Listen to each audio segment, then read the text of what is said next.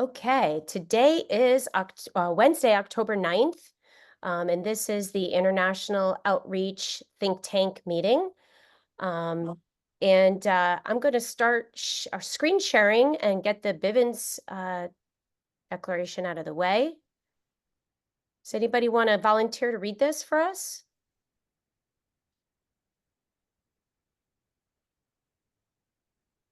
Anybody? Don't be shy.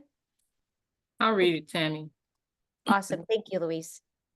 This meeting is private. Bearing false witness, misrepresentation, and posting inflammatory rhetoric in public forums is forbidden and shall be addressed in an appropriate manner. To eliminate all conflict and false allegations, is there anyone in attendance in today's meeting that is a member or an agent of any law enforcement agency or public agency of the federal, state, city, county, or township agencies present?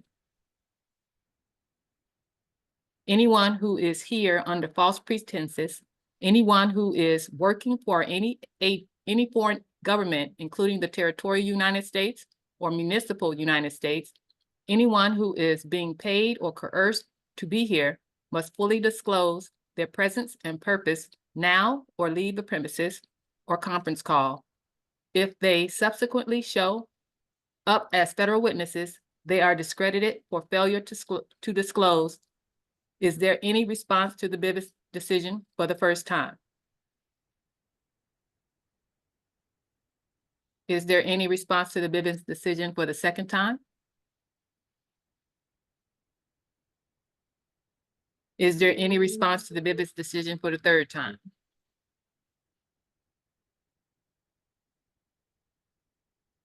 All right, Having no awesome. response? All right, go ahead there, Cam. Thank you, Louise. All right, I'm going to start us off with a prayer if you guys are okay with that.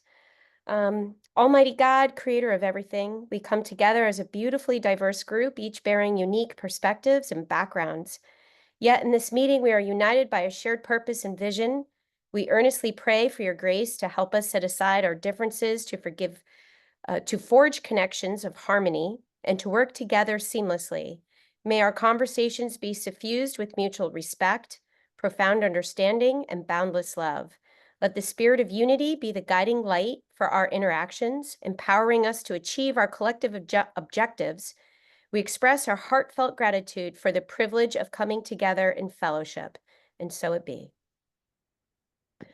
All right, so I just wanted to say that we had a last minute change to our agenda this evening.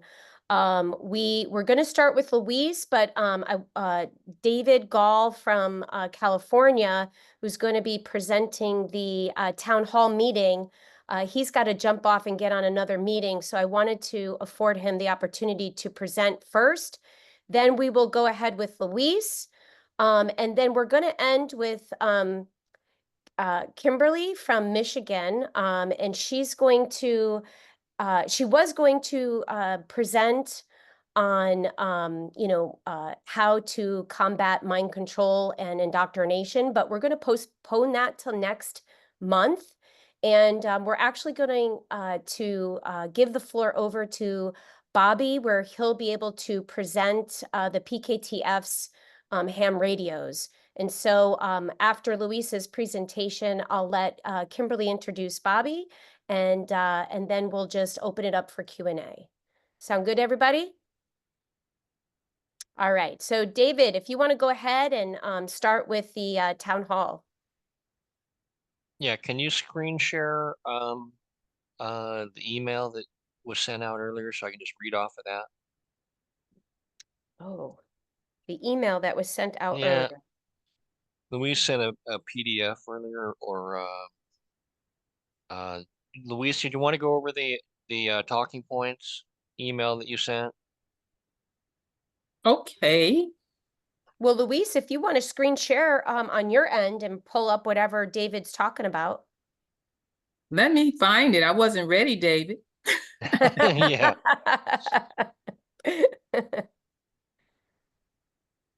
Okay. Okay.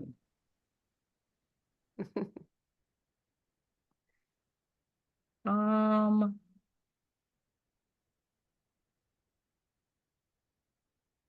Not easy, I said and done, huh?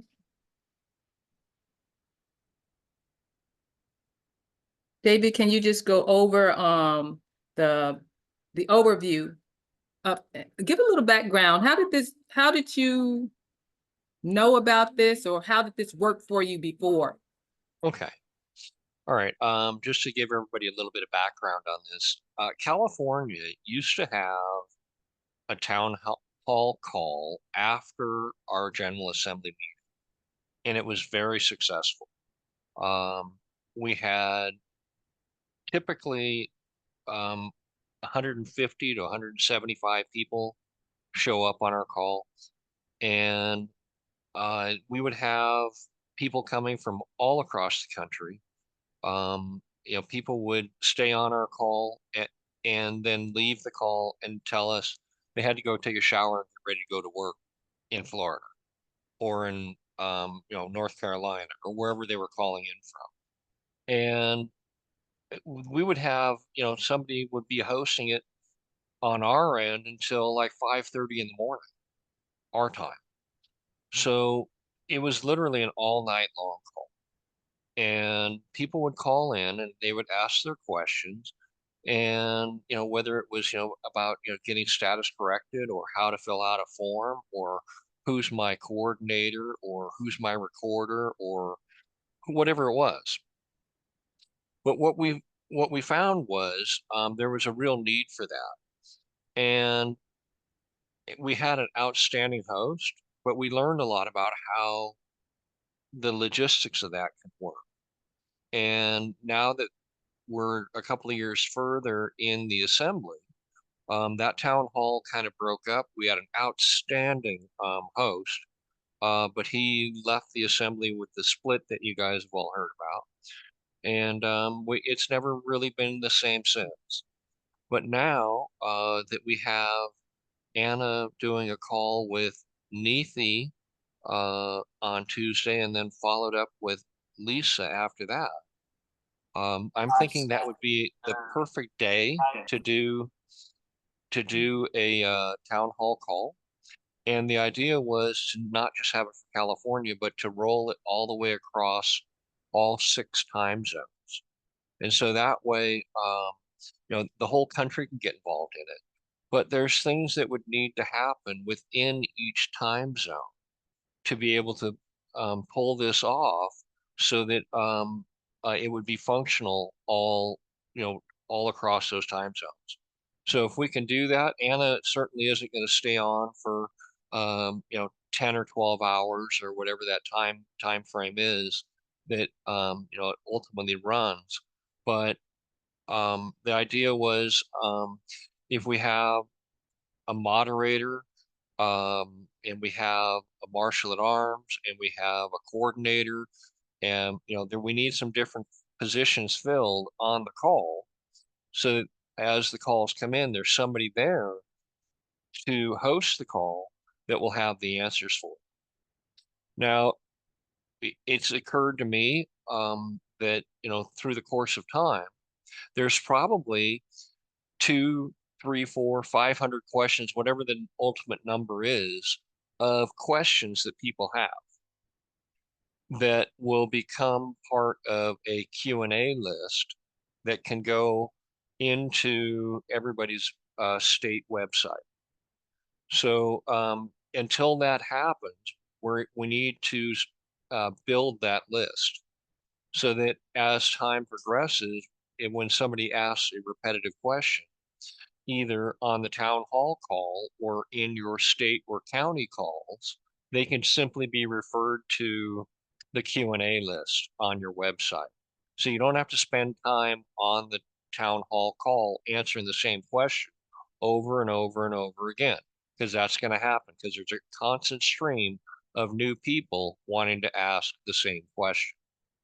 So that can be eliminated. Then we can make better use of our time on the town hall call, delving into other matters. So I think that's really important. I don't know. There's other thoughts I've got, swirling around in my head, but there's probably questions that people have as well who haven't seen this format. So if anybody has any questions, maybe that'll, maybe we can, you know, figure some things out a little bit here too. All right, David. Thanks for that, because knowing that background will give us an idea of where we want to go with this, because I wasn't sure how it all got started, but I heard good things about it. And not only for us here in America, but with the PKTF, we have connections with assemblies, land and soil jurisdiction assemblies. We're helping them to form their assemblies too across the globe. So we want to make this available to the whole globe.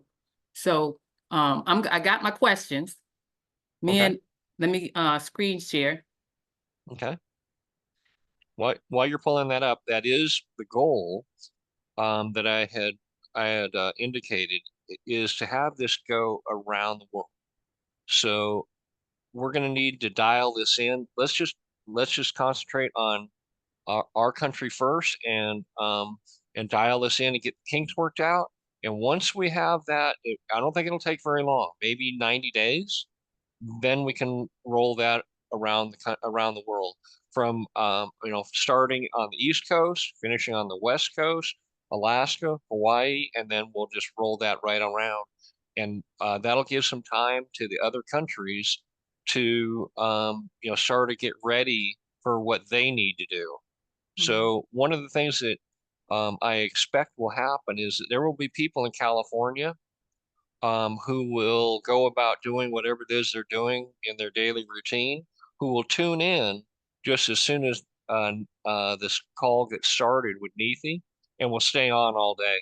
Just like there will be people on the East Coast who will stay on all day, well, until it ends in Hawaii, so they can get their questions answered. It's it's a very interesting format, and it captures a lot of attention. So I'm looking forward to that. But let's just work on our country first. I don't know how long it's going to take. I really don't think it'll be very long, but it'll give everybody in the different positions and the different time zones the opportunity to figure out how all this works and goes together. I'm thinking 90 days is probably about what we need on that. But go ahead, Louise. You got a question. Roll it out. Okay, so when I started thinking about the idea, one idea that I had prior to Dave mentioning this idea was a forum where we have our questions and answers and somebody to moderate that forum 24/7. And so when he brought up this idea about the town hall conference call, I put those two ideas together in my mind, because we have to have a place for question and answers. The forum platform, which I would have to build, it would be the place to put all the questions and answers, in addition to you being able to put the questions and answers on your website. But the forum would take all the questions and answers, but we would need somebody to monitor that as well. So when we go through the logistics of this, these are the things that I push back to David of what I was thinking about, how we can iron out the logistics. So my observation number one, I said the word forum stuck out to me as you described how the town hall would be assigned. I'm familiar with forums are created for group interactions. A forum is literally a searchable database of questions and answers. So that's the one observation I made. We can put these two things together. Anna already has a searchable database of her articles in 2 locations, and I put those locations here. My question now with that observation is, do we want to take any of those articles and link them to the forum already? That's an idea. I don't know how we would do it, but that's an idea that we can link her articles to that forum database and have it searchable from there as well as they're going through the questions. And then on the town hall forum call, I think, David, you said it would be advantageous to have somebody on the call who's familiar with the articles, that they can, on the fly, pick up an article to answer the questions that's on the call. And that's what you all experienced, is that right? Yeah, there weren't as many calls to go, or as many articles to go through back then. But one of the things that I was thinking about was to have a call screener for each time zone that could take in the question that somebody has and then refer that on to a team of people in that time zone that could um, run the question through, run the question and figure out what is needed for the answer. Look up the articles on Anna's website that we need, and then take those 10, 15 articles, whatever it is, 20 articles, and we can actually take those then and put those through an AI program. And in 15 seconds, we can have a consolidation of all those articles, and we can have a summary of a 200-word summary Mhm. and have it come right up. And then look through that, verify that that's accurate information that the AI is coming up with, and then that could be given to whoever the moderator is to simply just read that summary off, and then cite the links for that information in the answer, because that'll all come off of Anna's articles.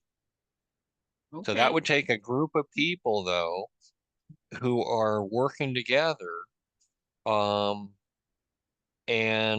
put all that together at the same time. It could be very quick, but it'll take some practice, but it's going to take a team of people, Mhm. because some of those articles, some of those questions people have, there might be 60 articles or 75 articles that are being called upon to figure that stuff out. But it's very quick once you cite the articles in the AI to have it summarized. It's very quick. And we Mhm. found out when we were doing our getting ready to do our notice package, we figured out how to instruct the AI to give us a wonderful summary, and you just limit the number of words that you want in your response. If you want 1,000-word response, you tell the AI you want 1,000-word response. If you want a 200-word response, you just tell the AI you want a 200-word response, and that's what you get. Mhm. Okay. So Now, I think we'll be using AI on this system here, because not many people have read all 5,000 articles. Some of us have, but the recall on some of these articles is getting more and more difficult because, it's been a duration of time since these articles were started, and a lot of that stuff that was relevant 4 or 5 years ago isn't relevant anymore.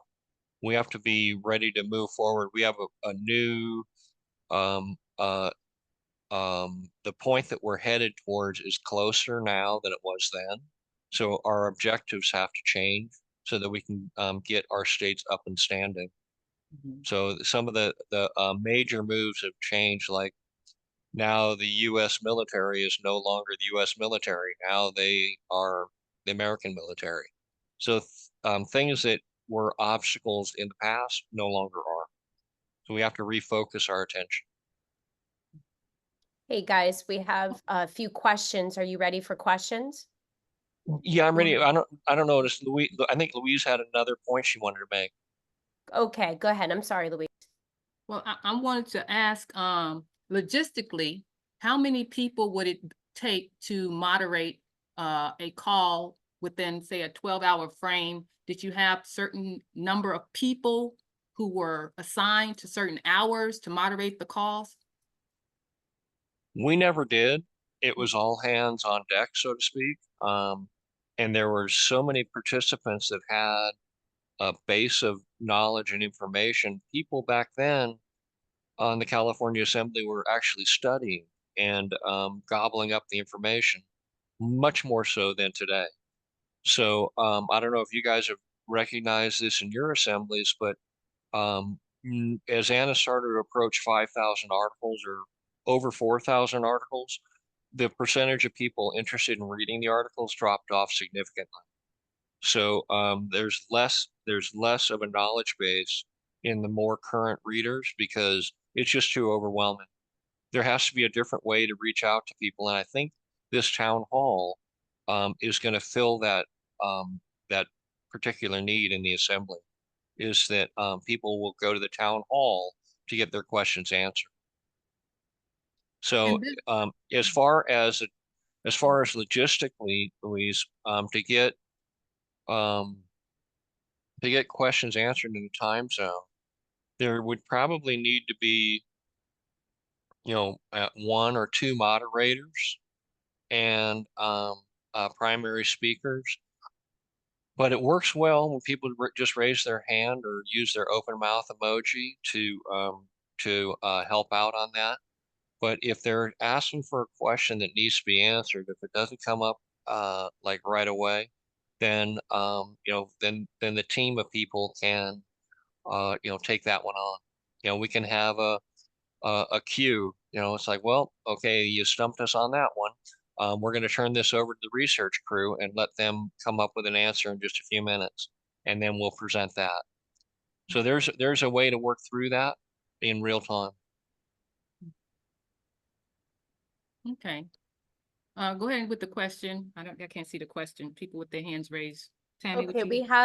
we have Laura on Jefferson. Okay, I guess I need clarity on how we're not gonna repeat questions. And then you were talking about each assembly doing it on their webpage. So would we need to recruit an ITT person to do that on our page, and then Louise is gonna do the forum, or does each state assembly, like when we're going through this, man their own web page? Is that what, because you said the forum and then our actual state web pages, correct? Yeah, so I think you got a couple of different things going on here. With the website, what my experience has been is that there is, while there's an infinite number of different questions that people are going to ask, at some point they become largely repetitive. So it might be 200 or 300 or 400 or 500, whatever that number is. That's going to hit 96% of the questions that people are going to ever ask. Once you know that, okay, once you know the answers to those, you can put together the last 4 or 5% in your own mind, okay, without having to ask in. Once you know the answers to those, you'll be able to figure out the rest. But if you get stumped on that, then we can always ask you. But this is going to take away a large bulk of calls going to Anna, because if somebody has a question they need to have answered, they can just go to the town hall call and ask the question there. Okay, it'll be a huge relief on everybody, including the coordinators across all 50 states, because the town hall call that can get answered on. But once we get these questions all written down, okay, that's what needs to happen. They need to get written down. And then they can be categorized, they can be hashtag, they can have all that stuff done so that people have a question, they go on your website. I want to know the answer to this. Boom, boom, boom, boom, boom, boom, boom. Type in their question, and up comes a hashtag. Here comes all the different articles. Now they can read and learn that stuff. So that's the one part on doing that. Each time zone is going to have different people participating. So it's going to roll from one time zone to the next, to the next, to the next. So we have to have people in place that are ready to make that commitment to attending the town hall and serving in that function. So you'll need a marshal at arms, you're going to need moderators, you're going to need a research team. You definitely need people on the call. And I don't think there's a shortage of that. I think there's plenty of people that will do it. And the competence level is going to have to, build. Hopefully we can start out with a real competent crew, but we're going to find out on the fly how things work. So, we're just going to see. People are going to raise their hand. They're going to have questions. We're going to have to figure it out, how to answer those questions in real time. So we're going to have to do some assessments, as the weeks go by, what worked, what didn't work. And so, we're going to figure that out. And I think the helpful part will be when we start introducing the AI and do summaries. When we did our notices package to get that ready, we took like 500 articles. Anna's articles average about 2.25 pages long at that point in time. And we just had a 250 word summary for each article. And it just went right at the top of the article. So here's the 250 word summary. This the cliff notes for this article. And then you read right through it and read the article right after that. And you just see all the points that were made in the summary are picked up in the article. So we can do that with this AI. If somebody has a complex question, then we can pull up that information, consolidate it, and tell the AI to give us a quick response on that. So does that answer some of your question? I think you had a part 2 to that question also. Yeah, let me speak to that part too. I think you was Sure. asking about the forum part and IT for your website. So how that would work, yes, you would need some IT person, committee on your state that would log the questions. A lot of websites already have their FAQs. So that would be the place where you would log your questions, or you can set it aside to another dedicated place on your website. But yes, you would definitely have to have an IT people to log your questions. Now, in addition to that, I'm willing to build a forum platform that will log all the questions. Not everybody's website is going to be able to take and hold all those questions. So that's why I'm suggesting to have the forum website. And it's a regular like forum build. If I was ready, I would have found the link to the type of forum that I would build. But it's a regular forum website where it can house numerous amounts of questions. And for that particular task, we would need moderators for that as well. Meaning moderators 24/7 who can, if people are in the forum and they're asking questions, they can be there to answer questions. Or even if you're in the forum, you and anybody else can ask each other questions. That's how forum online works. If we're going to do this conference for town hall, it's important that we actually build the forum along with it so that we can have the questions logged.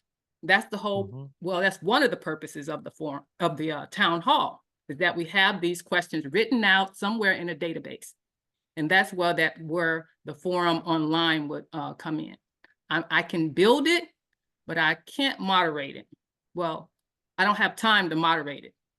So we would need somebody to moderate the forum online, somebody to, or some people to be on the town hall calls as well.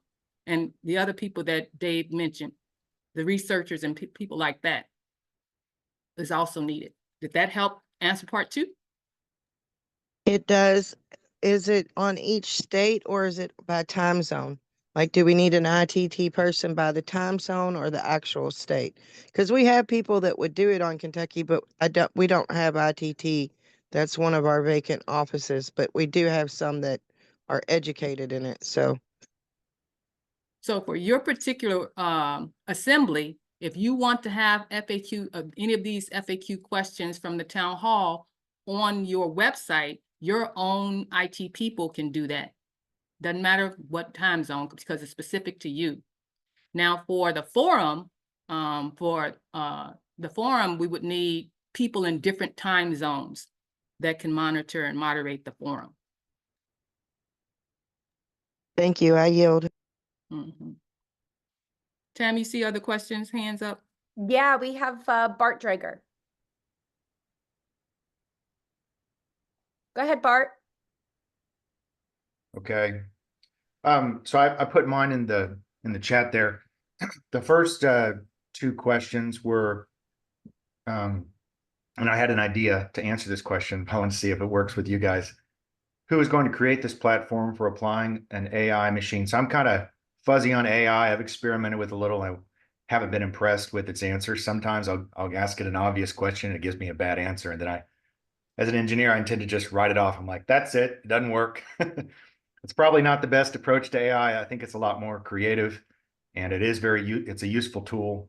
Having said that, it is really important, like you said, David, to make sure to calibrate it, to make sure that when after you've trained it as on a a text corpus, that's what you feed it the text that you want, in our case, the 5,000 articles from Anna, and then you train it on that, and then you start asking it questions, and I guess you calibrate it, you find out, is it giving you the right answers? And I don't know how that process works, but I'm assuming that that work is going to have to be done. But then after listening to you guys talk, it sounds like there's 3 or 4 ways to address people's questions. There's the big town hall, which is audible. That's the verbal one. And then there's 2 kinds of forums that I see. So there's the forums that we operate on Telegram, which are live, and they're very free flowing, and it's hard to keep track of things, but it's perfect for people who are, right there in the moment, and they get on there and they ask their question. But sometimes Telegram is not as good actually as some of the other forums that I've seen, which are a little more organized. Like Mattermost, I thought was much more organized. Can you guys still hear me? Mhm. Okay, my screen changed for some reason. So what I was trying to say is, if you've ever gone to these Toyota, like if it is an example, a Toyota off-roading site, and you got a question about your 4Runner, you go to a forum and then you ask the question, and typically they're like very well staffed, and there will be a guy on there and they say, oh yeah, this is a good question, you need to go to some other thread. They actually don't like you re-asking questions. Like, do your search, go, search for your terms, and you'll find that question has already been answered like 3 years ago on this other thread. And so that's one kind of a forum. Then there's the Telegram forum, which suits a different group of people, which is a free-flowing question and answer. It's more conversational, which I think is valid too.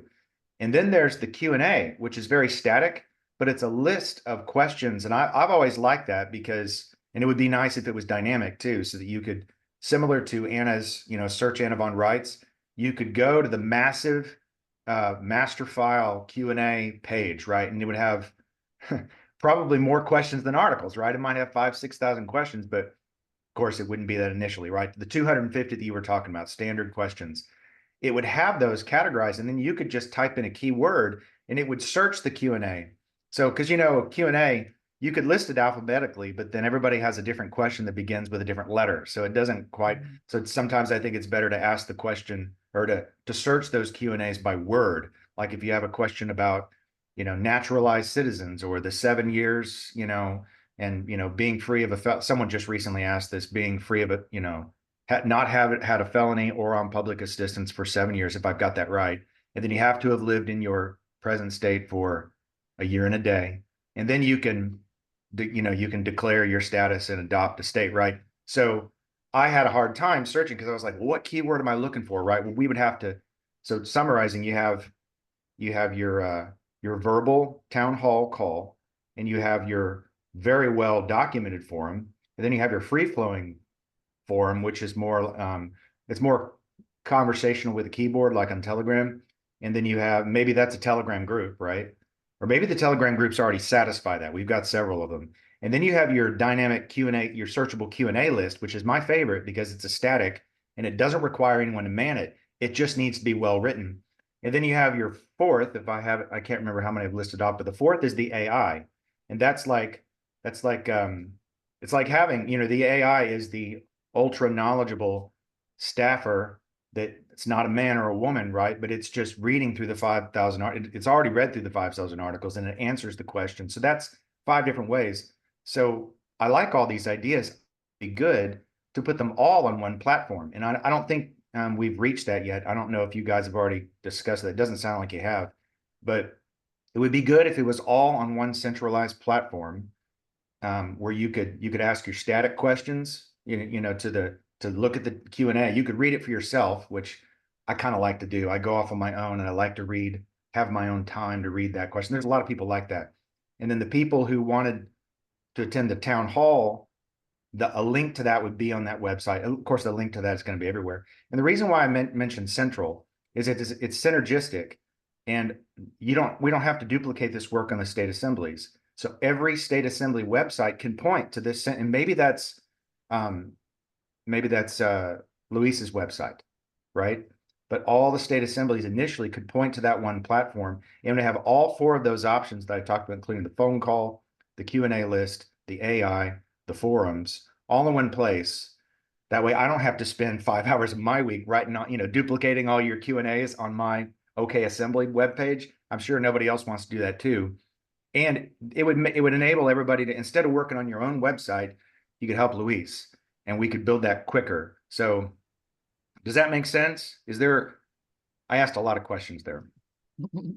Yeah, Bart, I followed that. I think what we're headed towards is an enterprise account with the AI, where we can actually program in our criteria so that it recognizes the difference between the capital T in the United States of America versus the lowercase t in the word the. Yeah. Okay, so those are things that we can actually make adjustments to in the enterprise system.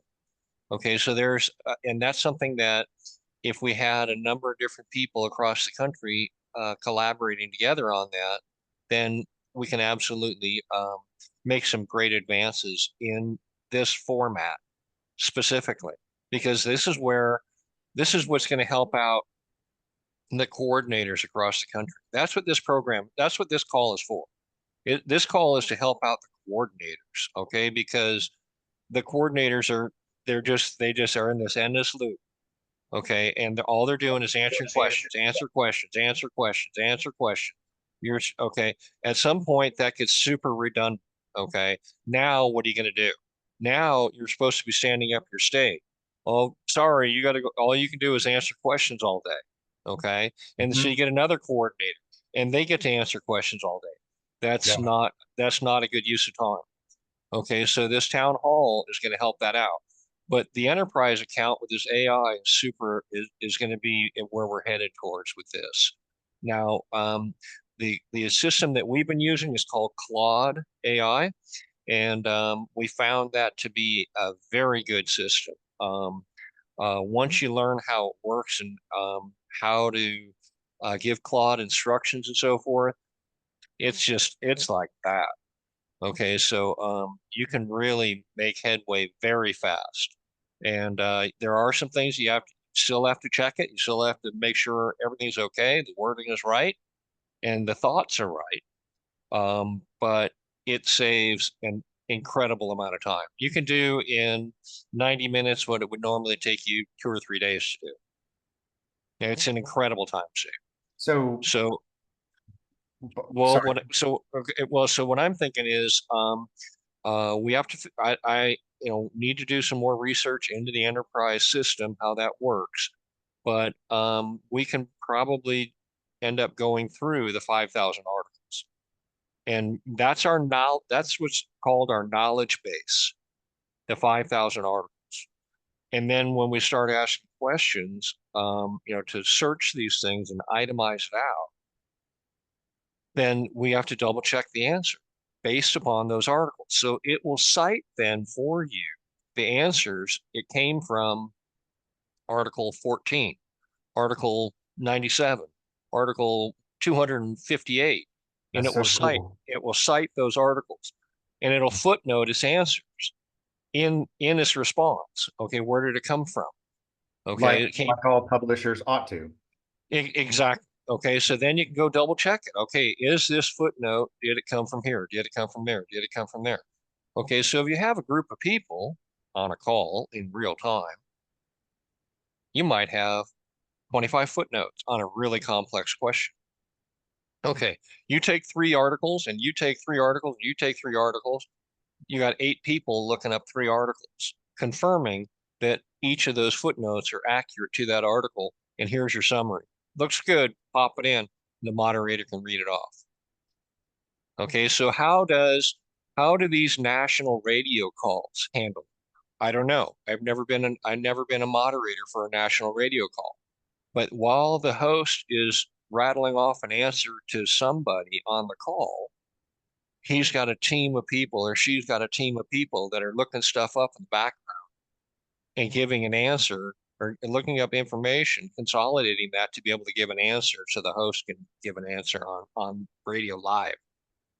That's kind of what we're looking at doing. So there should be an app. And as an engineer, I know you can find an app that you can dig up somewhere. And that's what we need is like a radio call-in host app. We need something like that that can help organize this in real time.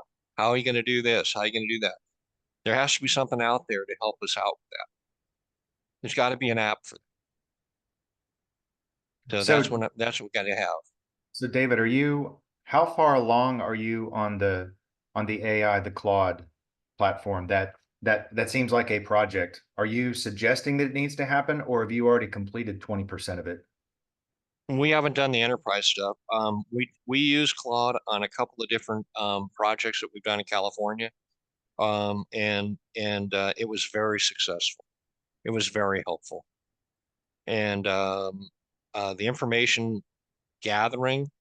We used Anna's search engine to gather our information. We built our project knowledge base out of that, and then we started laying things out. And it was very methodical. Once we started instructing Claude on what to do, everything was very methodical after that. How things plugged in, how it worked. It was just it added some good insight to things that we didn't think of, a couple of different points. And then the rest of that was okay, well, we see where we need to go with this, and we like the input that we had there, but we need to change the instruction to get other feedback. And then we built things off of that. So it just gave us some ideas and input, and we were able to build out through that and came up with some things very quickly. And I think one of the projects that we did was this one right here, the Assembly Guide for Disruptive Behaviors. Okay. And that's a 25-page, summary here of things for the assemblies to look out for, and for disruptive behaviors. But everything in that book came from Anna's articles. So we found 37 different types of disruptive behavior. Okay, that is in that. Okay, all based on Anna's articles. Okay, but it tells it helped locate those. And then, we laid out what we wanted, told Claude what we wanted. It gave some input. We modified the input, the output, re-input it, got new suggestions, kept writing.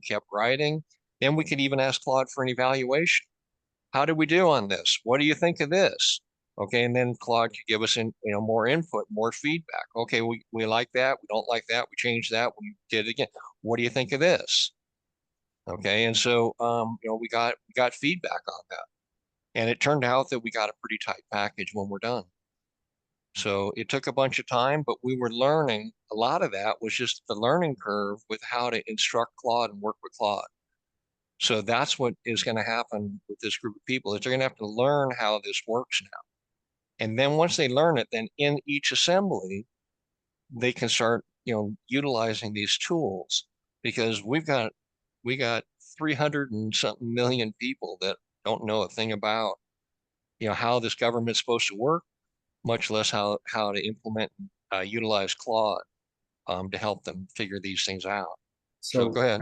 I have a couple more questions on AI and how to use it properly, but I think that might be for later in the call or another side conversation, because I'm really fascinated with AI, and I don't understand it nearly as well as I'd like to. But but I wanted to reiterate that and make sure that I don't like playing telephone game. Or my old boss used to say the problem with communication is the illusion it has occurred, and that's a pretty big problem in the assemblies, because people write responses or they write them poorly, and then rumors go around, and then you have to quash the rumors and say, no, these are the facts, and I have to reference Anna's article and say, this is it, this is the only answer, don't stray from this, but anyway, what I'm getting to is I think we need to capture our action items from this discussion and make sure that there's not duplicate efforts.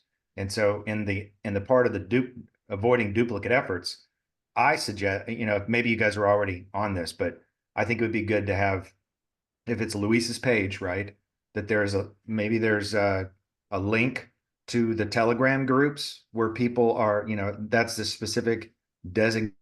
Like I could suggest the American State Assembly's Telegram chat that I manage. There's probably some others, some really big ones out there that I don't know about, but that's the one that I would recommend. You can come in there. I treat it like the pub next door. It's not your official assembly because it's multinational, but it is a good place to get your questions answered. So that could be the Telegram component, and then on Louise's page there would be a link that goes to Claude, and then there would be another link that goes to a static Q&A, which I don't know if we have plans to build that, but it seems like a good idea to me.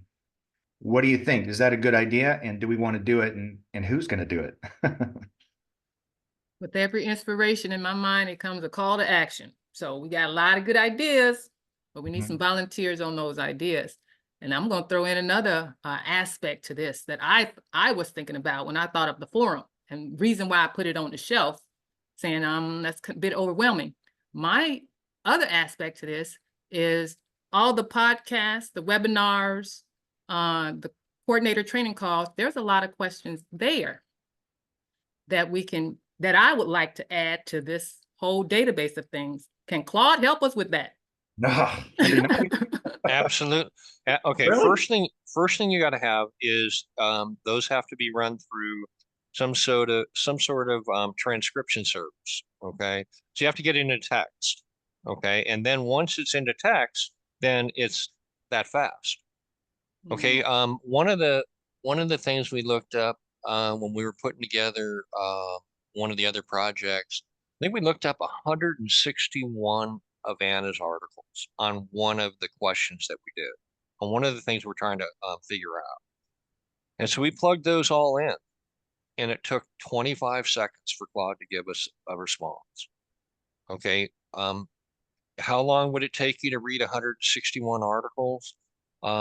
Real quick, 161 is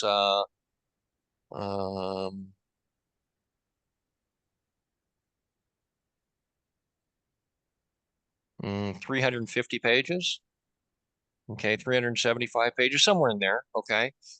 So how long would it take to read those different articles? It would have taken a while. 25 seconds. We got an answer.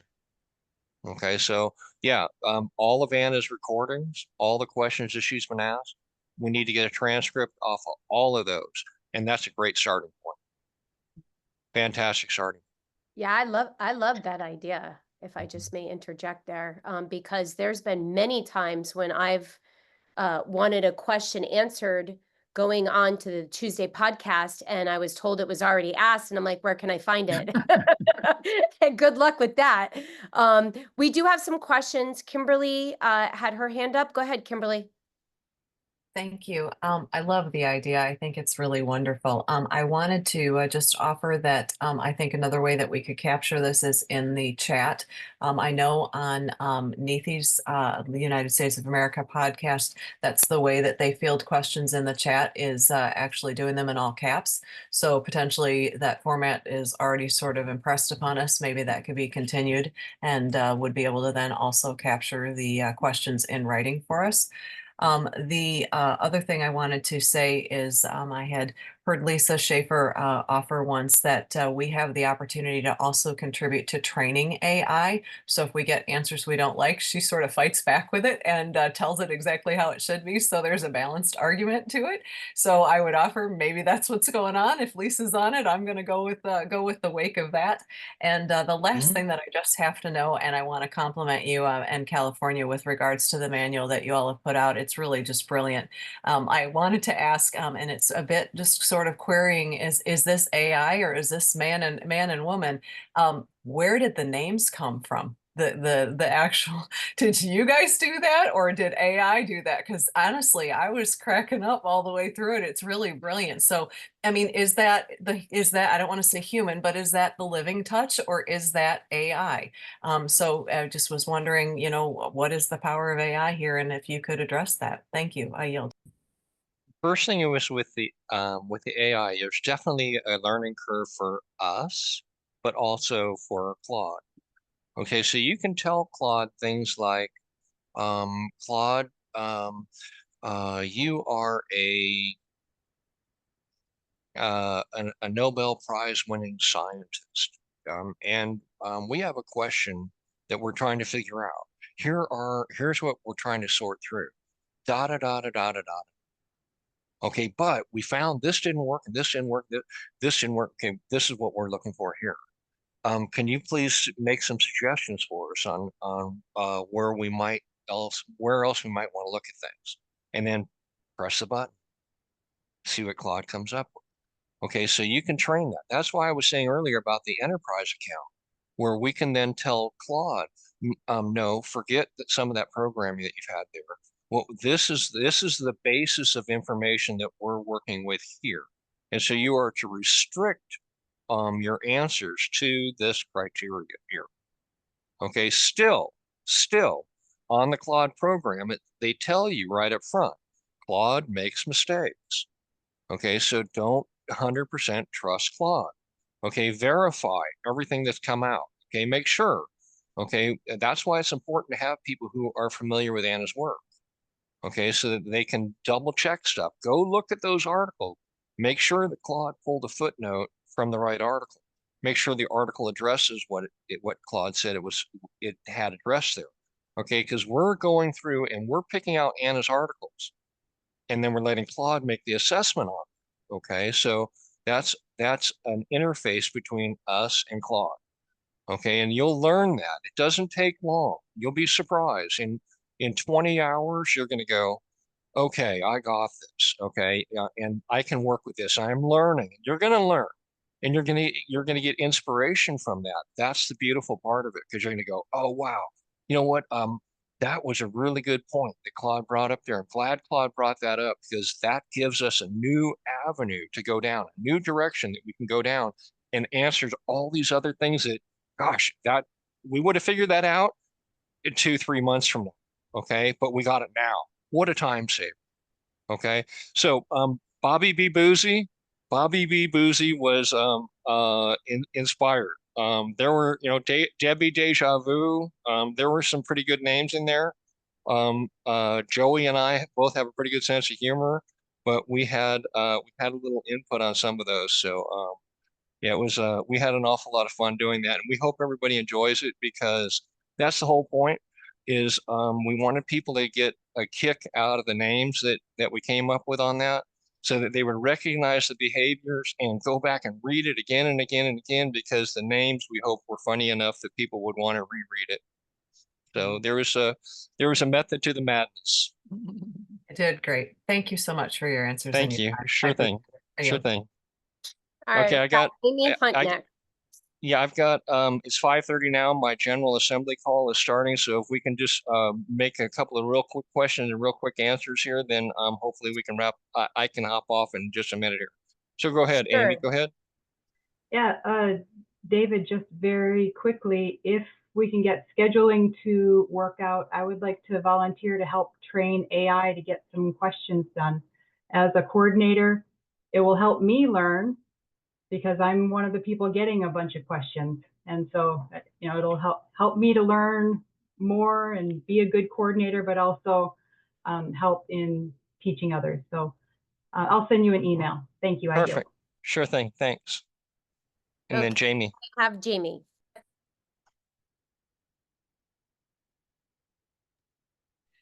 Okay, yeah. How do we get get to work with Claude here?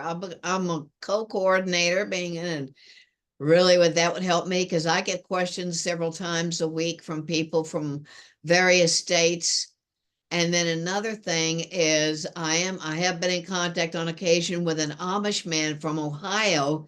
He is an ASN, but the Amish don't use technology, so how do we get some information that we would need to have something, a way to, I guess, print out some of that information and post it somewhere with them, or hand it to them, mail it to them. So I have no idea how many Amish, what percentage of Amish people are on our assemblies. I'm sure there would be somewhere up in the Midwest, like Ohio, Illinois, Indiana, some parts of Pennsylvania, those up there, that area up there. But let's not forget them too. That's all. I yield. Good thing. Yeah, I think there's gonna need to be some independent research for people to go and check out the Claude AI. It's CLAUDE, Claude, CLAUDE. And then check that out. There's a free program, but the free program limits you to how many things you can do in a 5-hour time frame or 4-hour time frame, something like that. And then you have to wait and until another 5 hours after that, and you can ask more questions again, because that's the free program. But if you pay a $35 subscription fee, then you get to ask more questions in the same amount of time. And then, like I said, the enterprise account is when you can start telling Claude, what it is you want Claude to do. You can start telling Claude to do things the way you want Claude to do. So that's going to cost more money. But I think it ought to be a group of people that are working on this project that are utilizing this, so that we can collaborate together and start working this information out. Because Anna has written volumes of work, and we need to see how where the holes are in Anna's writing. We need to do that so that Anna can bring some of the information up to date. And if we can consolidate this information and bring it forward, this will probably reveal some of the holes that are there. I'm sure it will. And then she can start writing some articles to fill those gaps, and then advance the learning curve for everybody all at once. So we have, here's the summarized information. Boom, boom, boom. Oh, okay. I see where the gaps are. I can address that. Let me punch out a couple articles, fill that up, and we're off and running. So anyway, I hope that helps to answer the question. Dealing with the Amish people, we're going to have to figure something out with that because that's a large community in a number of different states, and very much they need to be kept in the loop on this so that they can figure things out too. Okay, so, David, is that like claude.com.ai? What is the web? Yeah, I think the website is claude.ai. Okay. That's called claude.ai, so check that out. So anyway, all right, you guys, I'm late. I got an important date, so I got to go. Thank you, David. All right, see you Thank you very guys. much. All right, Thank you, you're Dave. welcome. See you, everybody. Thank you for All having right. me. Thank you. So I think where we go from here is we got one volunteer so far. Amy's going to work with Claude. We need volunteers to man the town hall video calls. We need volunteers to man the forum platform and to help build it, because all these questions has to go in there.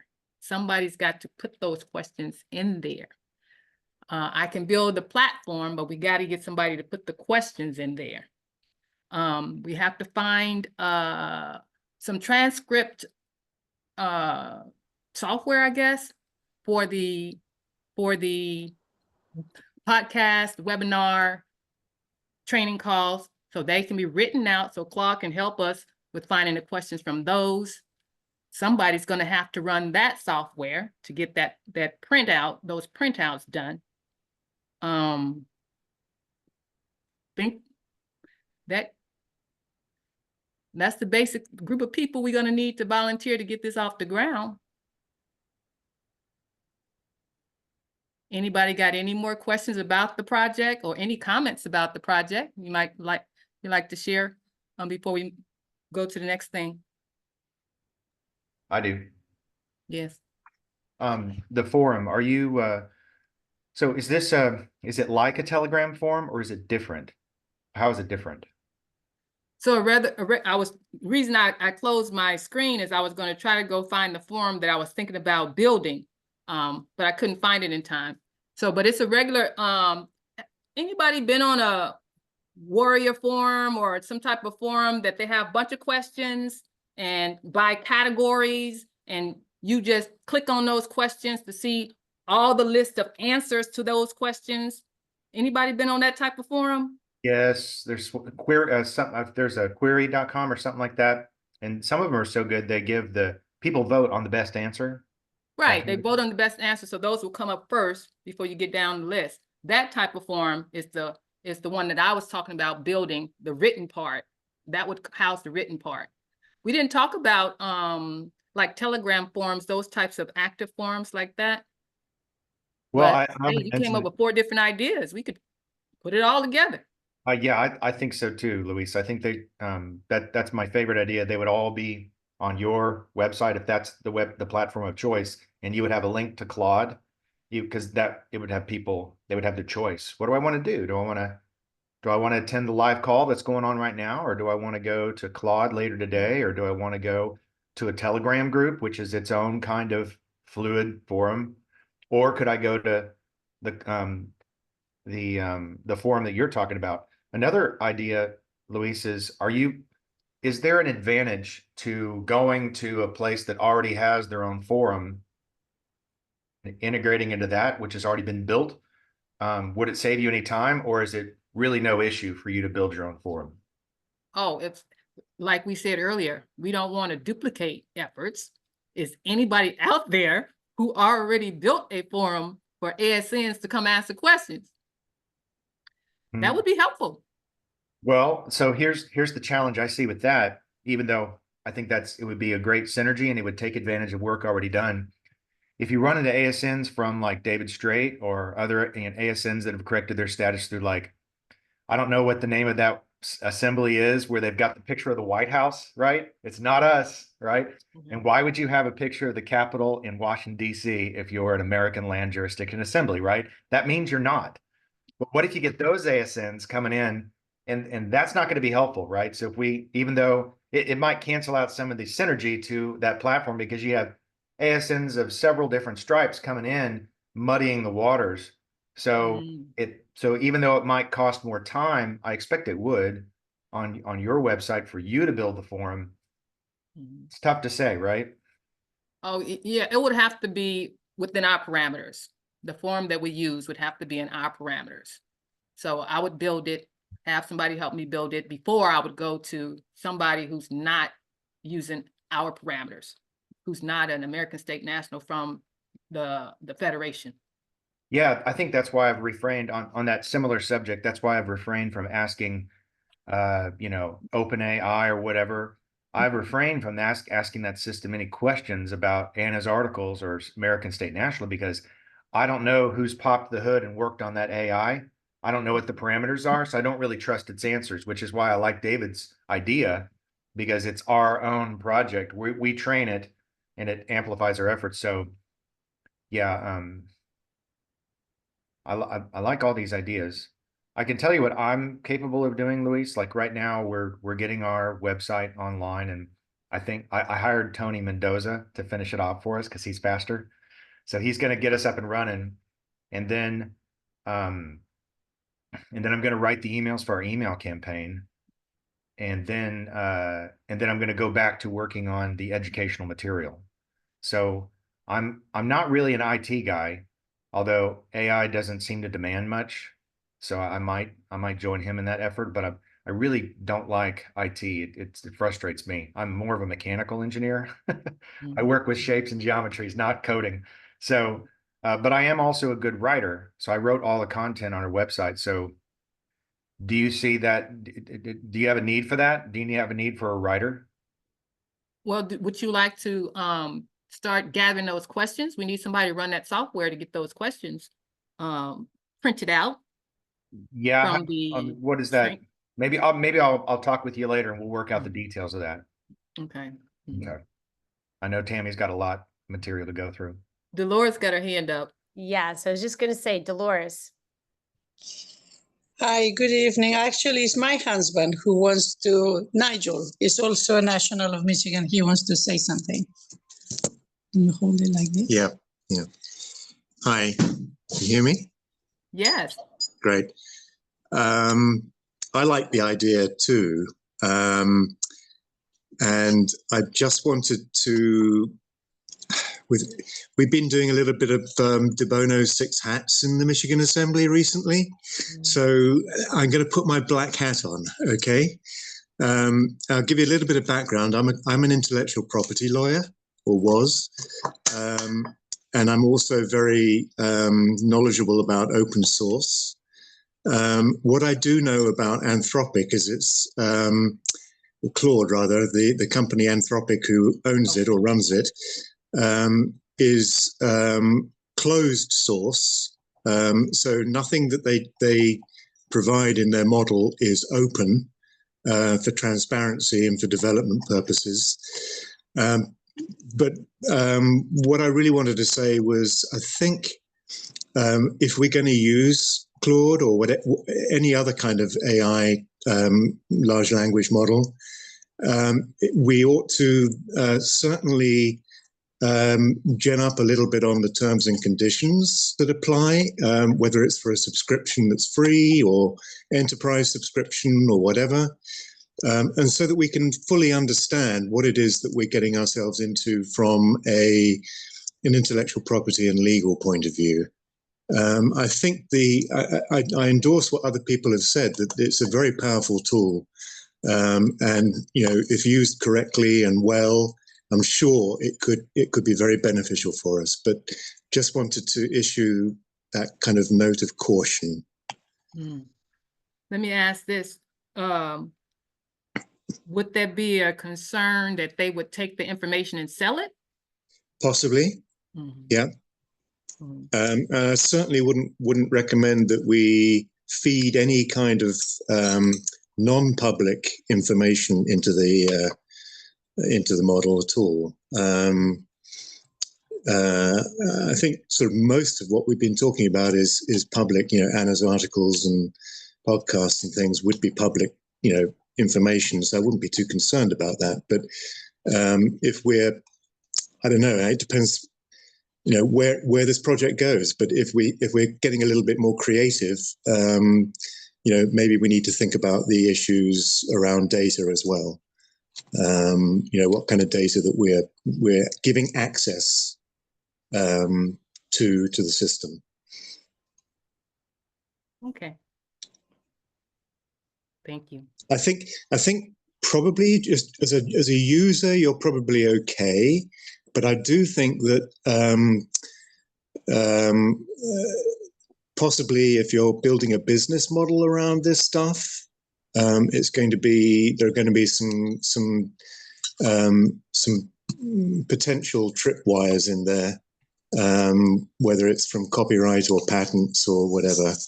And that's why I think, you know, definitely reading the terms and conditions, you know, whatever we're doing would be a good idea. And I'm happy to help with that, by the way. Thank you. Oh, that's awesome. I can join with Amy or whoever, or you know, Jan, or yeah. We'll follow up with the list of needed volunteers, and you all can respond back with your emails and stuff of how we can put everybody in places to get it all started. Yep. All right, if we're getting really late on time here, so I'm gonna jump to Louise, and you could go through your notes that you wanted to present. What time is it? Okay. Okay. Ooh. Sorry. My battery's kind of low. Hold on a minute.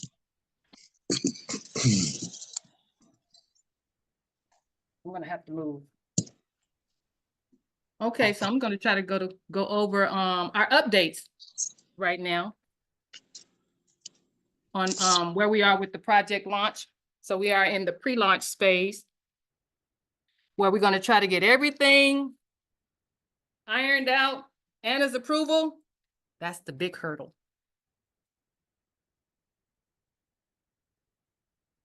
There we go. Anna's approval on everything so we can get it launched. So I'm going to go over the update so far of where we got for the past 4 weeks. Here, let me do a screen share.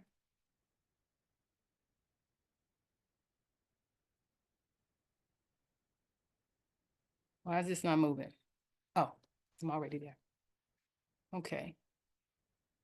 So if we're going to look at the website, I tried to keep you all updated. So I sent the links out to the different updates I've made so far. So let's go to the website and I'll go over those updates. Here at the footer, we talked about being the concern of people knowing who we are in relationship, meaning our group, the think tank, who we are in relationship to the Federation. So I came up with the full disclosure footer here that tells who we are and how we're related to the Federation and Anna. And then I also got down here volunteers needed. So as people are coming to this website, as we're doing our campaigns, they're gonna have an opportunity to click the volunteers needed tab. And this is the list of different things different skill sets that we need to complete this 6-phase project. So I wrote it all out. You'll also see this list on the implementation guide that I put together. I update the implementation guide every time something changes. We got 2 implementation guides, one for the think tank and one for PKTF. I update them every time I make changes to things. And this list is also in that think tank and PKTF. That's one thing change I made to the website. And you can see my little footer, the whole footer I put there. And you see over here, I put our YouTube page. You can go to our YouTube there. I added that to the footer. All right. Next thing on the website, I got everybody can let everybody else know that they can start coming here and put their autographs on our declaration page right here. You can download it, read it, fill this out. And this will be when you do your county tours, you'll have people at your town meetings also coming to this page and filling it out as we begin the synergistic way of getting everybody excited and focused on what we're trying to do, which is be committed to our unanimous Declaration of Independence. Of course, the detailed research. This is the big thing. So what we need, well, Anna wanted to go over the detailed research, first of all, when I first introduced her to the idea. She hasn't been able to get past preface and introduction. And it was a lot of research that I did initially just to put down all the concepts and everything that I had been learning. Cheryl on Virginia decided she would help me go through all the edits to try to get it all ready for Anna whenever Anna decided, that she had time to start going over it. So Cheryl and I went through all of the research, all of this. We just finished it actually in September. And come to find out, we had gone through 300 pages. That's how long all of these put together is, like 300 pages. Cheryl, if you didn't know that's what we did, that's what we did. I counted. So I'm thinking Anna's not going to go through all of this. And she already doesn't have time. So I decided I would reach out, because I reached out to Richard. I learned about him working on Anna's articles and putting dates and vocabulary database. I reached out to Tim. I learned about him having done a platform that had categorized many of Anna's articles. I asked them if they would help me chop this down and reword it so that it won't be so long. And so they both agreed to help. So for the last 3-4 weeks, we've been chopping it down, and they've been putting their flavor in it. and I've been redoing things. And so we chopped it down. I wanted it shorter, but I couldn't get it any shorter than 150 pages. So we cut it in half at least. Now, but it's different than the first set. I'm going to have version 1 and version 2. That's what I decided I would do. I would offer version 1 and version 2 to all the assemblies. They can have access to download them both. One of them is about 300 pages. It's a cut and paste, most of all, of Anna's articles per category as you see them on this page here. Version 2 is not so much cut and paste of Anna's articles as much, but it is some a little bit, but it has more charts, more images. It's more like a study guide. And that's how we decided to put it together. I'll give you an example of what it looks like. I decided to put an acknowledgement page to this version 2 because it has a lot of different peoples and hands in it, creative hands, making it what it actually is. Here's page 1. Here is section 1. Tim, he's very artistic, as you can see. He did this. So we decided to start off with the history lesson from what Anna had already done in her Granabites. So we got this kind of flavor in the sections. We have so far 13 sections. There's probably going to be the limit of what it is. It's going to be limited to the 13 sections, but this is the kind of content that we have in here. A lot of the graphics, Tim did a lot of the graphics. And the other aspect to it too, we have at the bottom of each section is going to be a search key topics section where people who want to go deeper into the topic can go to Anna's websites and search the different topics. That way we were able to cut down on all the pages. We thought that would be the better idea. We also tried to address some of the conundrums. I emailed Anna, I said, well, I think I better bring this up to you before we launch this because I got some conundrums about the writings or information in some of the writings and some of the graphs that we've been using that I don't think is kind of accurate. So let me give you some of those questions. So I gave her a few of the questions. One of the questions, the conundrums that I have is some places it says the states of America is unincorporated. Other places it says the states of America is incorporated. Some places say the states of America is the United States. Well, no, it says the Federal Republic is the United States. And then it says the Federal Republic is the states of America. These are my conundrums. I told her, what does this mean? So the conundrums that I have, I did address to her. Some of them she's gotten the chance to answer. So in these writings, I tried to iron out and fix those conundrums. For instance, in this chart, if y'all remember these federal subcontractors chart. In this chart, I actually state, if you see here, the United States, the Federal Republic was incorporated. We've been learning that they were unincorporated, but that's not accurate. Things like that is what I've tried to fix in version 2. Another example of what things are going to look like. Not everything is going to look as artistic as Tim got it, but it's going to be as thorough as possible. Here's section 4. So section 4, it's about the criminal fraud schemes that continues today.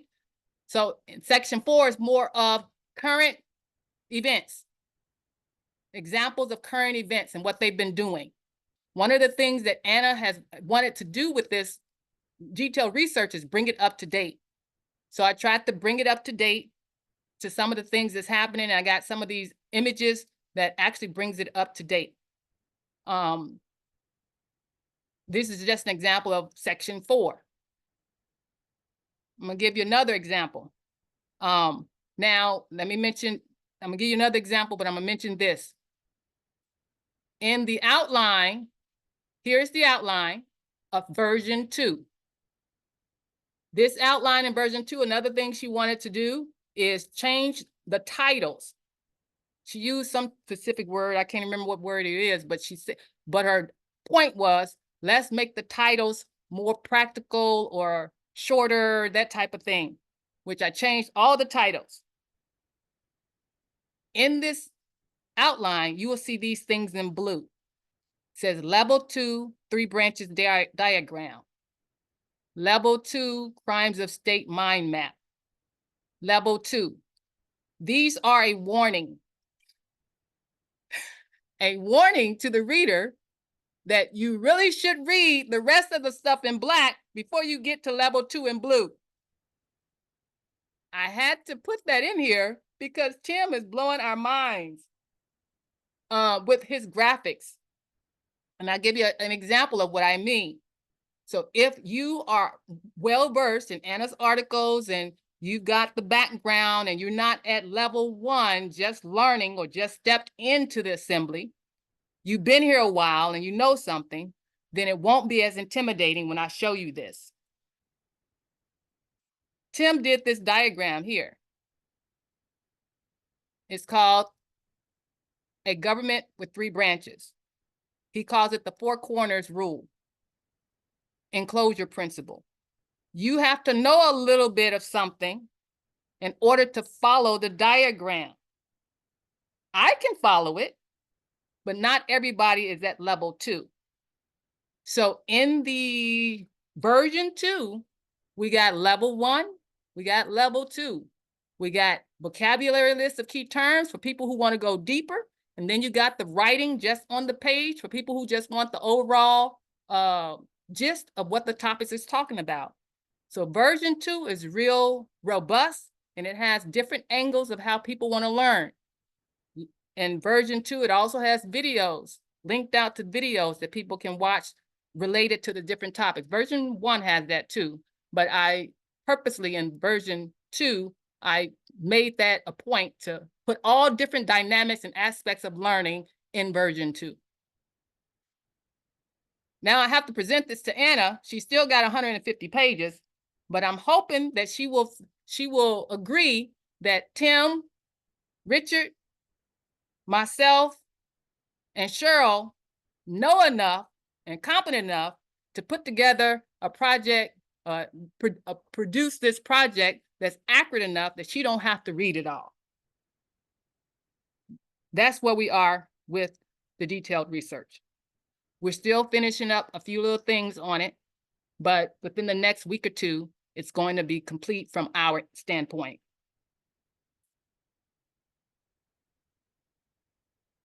Let me go back. The other things that needs approval, which we haven't gotten to, but is not as big of a deal, is the video on the front page. The PowerPoint needs to be finalized, and the voiceover. I got Margaret and Woody.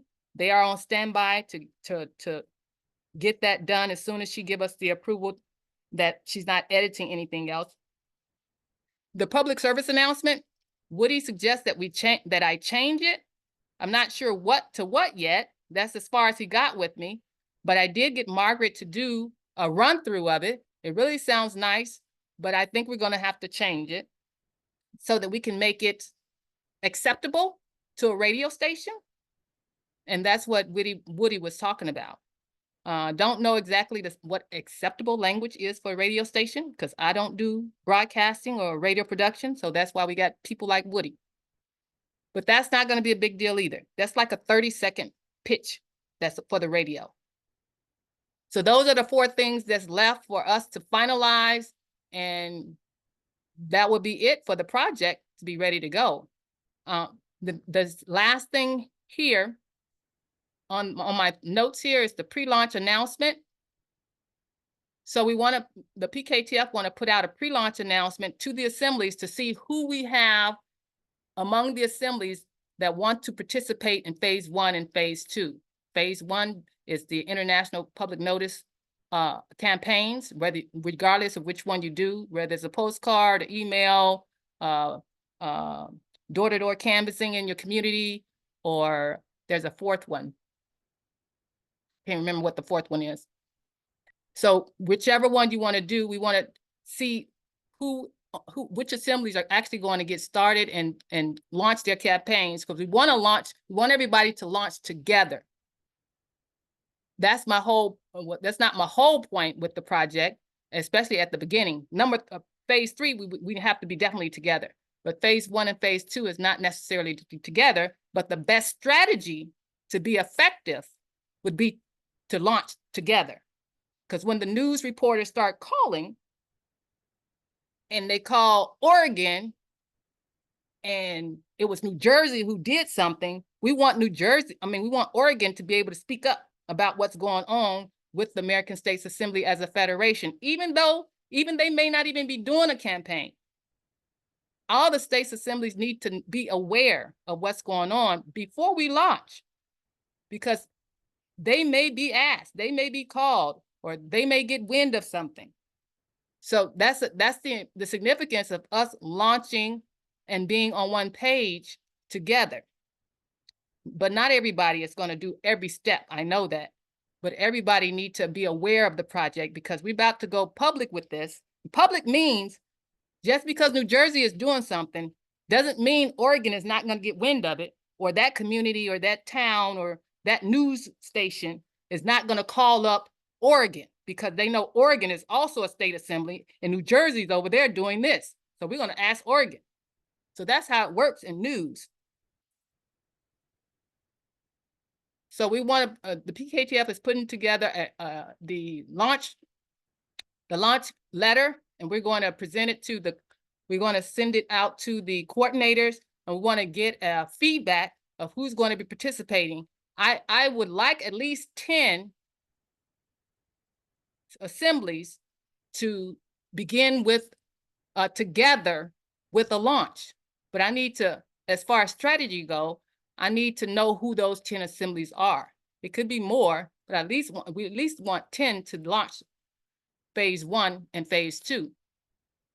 So on the PKTF website, Joe has laid out one particular page to showcase the project. He's building this page out right here. In here, it's going to have my introduction letter. I wrote an introduction letter of how this actually was birthed. That's going to be on here. We also got Nikki, who's doing an international newsletter about the project and about Anna and James. That's going to be one of the links to link out here too. She doesn't know it yet, but now she knows. I'm going to link that here too as a part of learning more about the project. So as we put together the letter to the assemblies, once they read the letter, we'll have this page filled out, and they'll be able to come see more about the project. Not everybody really know the details about what the project is, even though we've been doing this for several months now, and we got our video platform and everything to showing everything. Not everybody's excited about it as I am. So we got to get them excited. So this is what the layout here is going to be, and this is going to be the update and the showcase of what the project is and how it's going along. That's going to be on this website right here. Now, also on the website at the bottom or somewhere here, is going to be a list of all the downloadables. Here's the list of all the different documents that's involved in phase 1 and 2. What you see in yellow, actually number 5 should be yellow too. What you see in yellow are the documents that are ready. The other ones are not ready. They're waiting on Anna's approval. These documents as PDFs will be on the PKTF website that you can download once we put it up here. So I'm thinking that we're going to put it up here, and when we do the launch, let's see, where is it at? Right here, if you put pre-launch report, it's going to pop out. I want that video to go right here that talks about the last month's video, that talks about the pre-launch stamps and everything. So that's what's going to go here. And then I'm going to have a link here that you'll be able to download every PDF that I talk about in the pre-launch phase, phases 1 and 2. Now I want to ask, I think it's Bart and I'm not sure who else works on iCloud. iCedrive. For iCedrive, I want to upload all of these documents to iCedrive in their PDF form and their editable forms, so that any assembly can go there and download all the documents in the project, all the editable ones that you can change and customize to your assembly, and all the PDF ones that won't be changed. The videos, that's the video of the home screen, that video will be there. The audio of the public service announcement, all of that I want to upload to iCedrive. I won't put all of that on PKTF website, but we have iCedrive where I want to upload it there.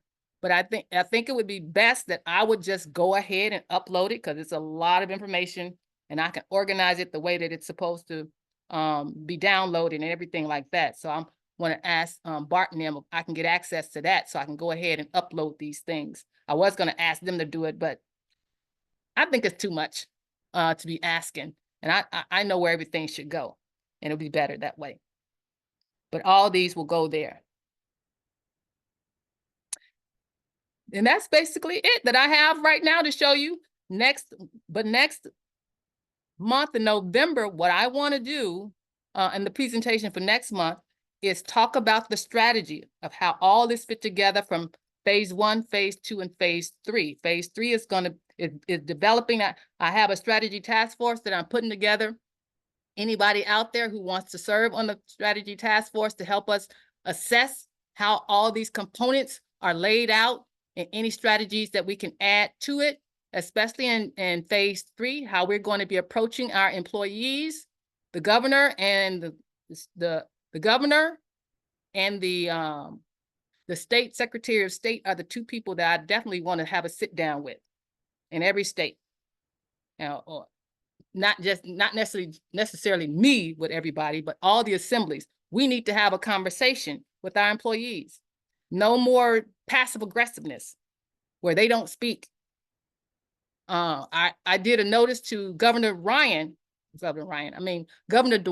here in Ohio. Anna told us to send out the notice of distraint, and I forget the whole title of it, but it's called Notice of Distraint. And they suggested that we all send it out to our governors. And so I sent it out to the governor, secretary of state, and some other people. And he actually responded. And I was surprised. What'd he say? The normal stuff they say.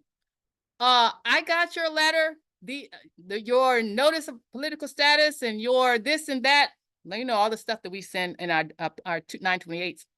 I got it. We don't recognize this type of document. This is not a valid notice. And if you continue to send out notices that's illegal, he didn't say the word illegal, but it's the same thing, then there's going to be repercussions or something like that. So I got my the litigation team here in Ohio. I said, hey, this is the letter I got back. Did anybody else get any letters back? No, nobody got any other letters, but I got one. So they helped me draft up a response. And in my response, it was pretty good. And that brings me to, let me just interject this. One part of the detailed research, section 12, remedies, real life examples. This section is dedicated to people who exercising their rights and what the responses and outcomes have been. It's what I'm telling you now is one of the responses and interactions that I put in this section. Other people have added their offered their remedies too. And let me say this: if anybody out there who has some remedies that they've exercised and they want to include it in here, that maybe it will inspire somebody else and how they would respond in their situations as far as taxes, property taxes, income taxes, traffics, whatever, bank accounts, getting your bank account open just with your credential card or something like that. If you have any types of those types of remedies that you want to add, I can add those too. But so litigation team got with me. We wrote up a response.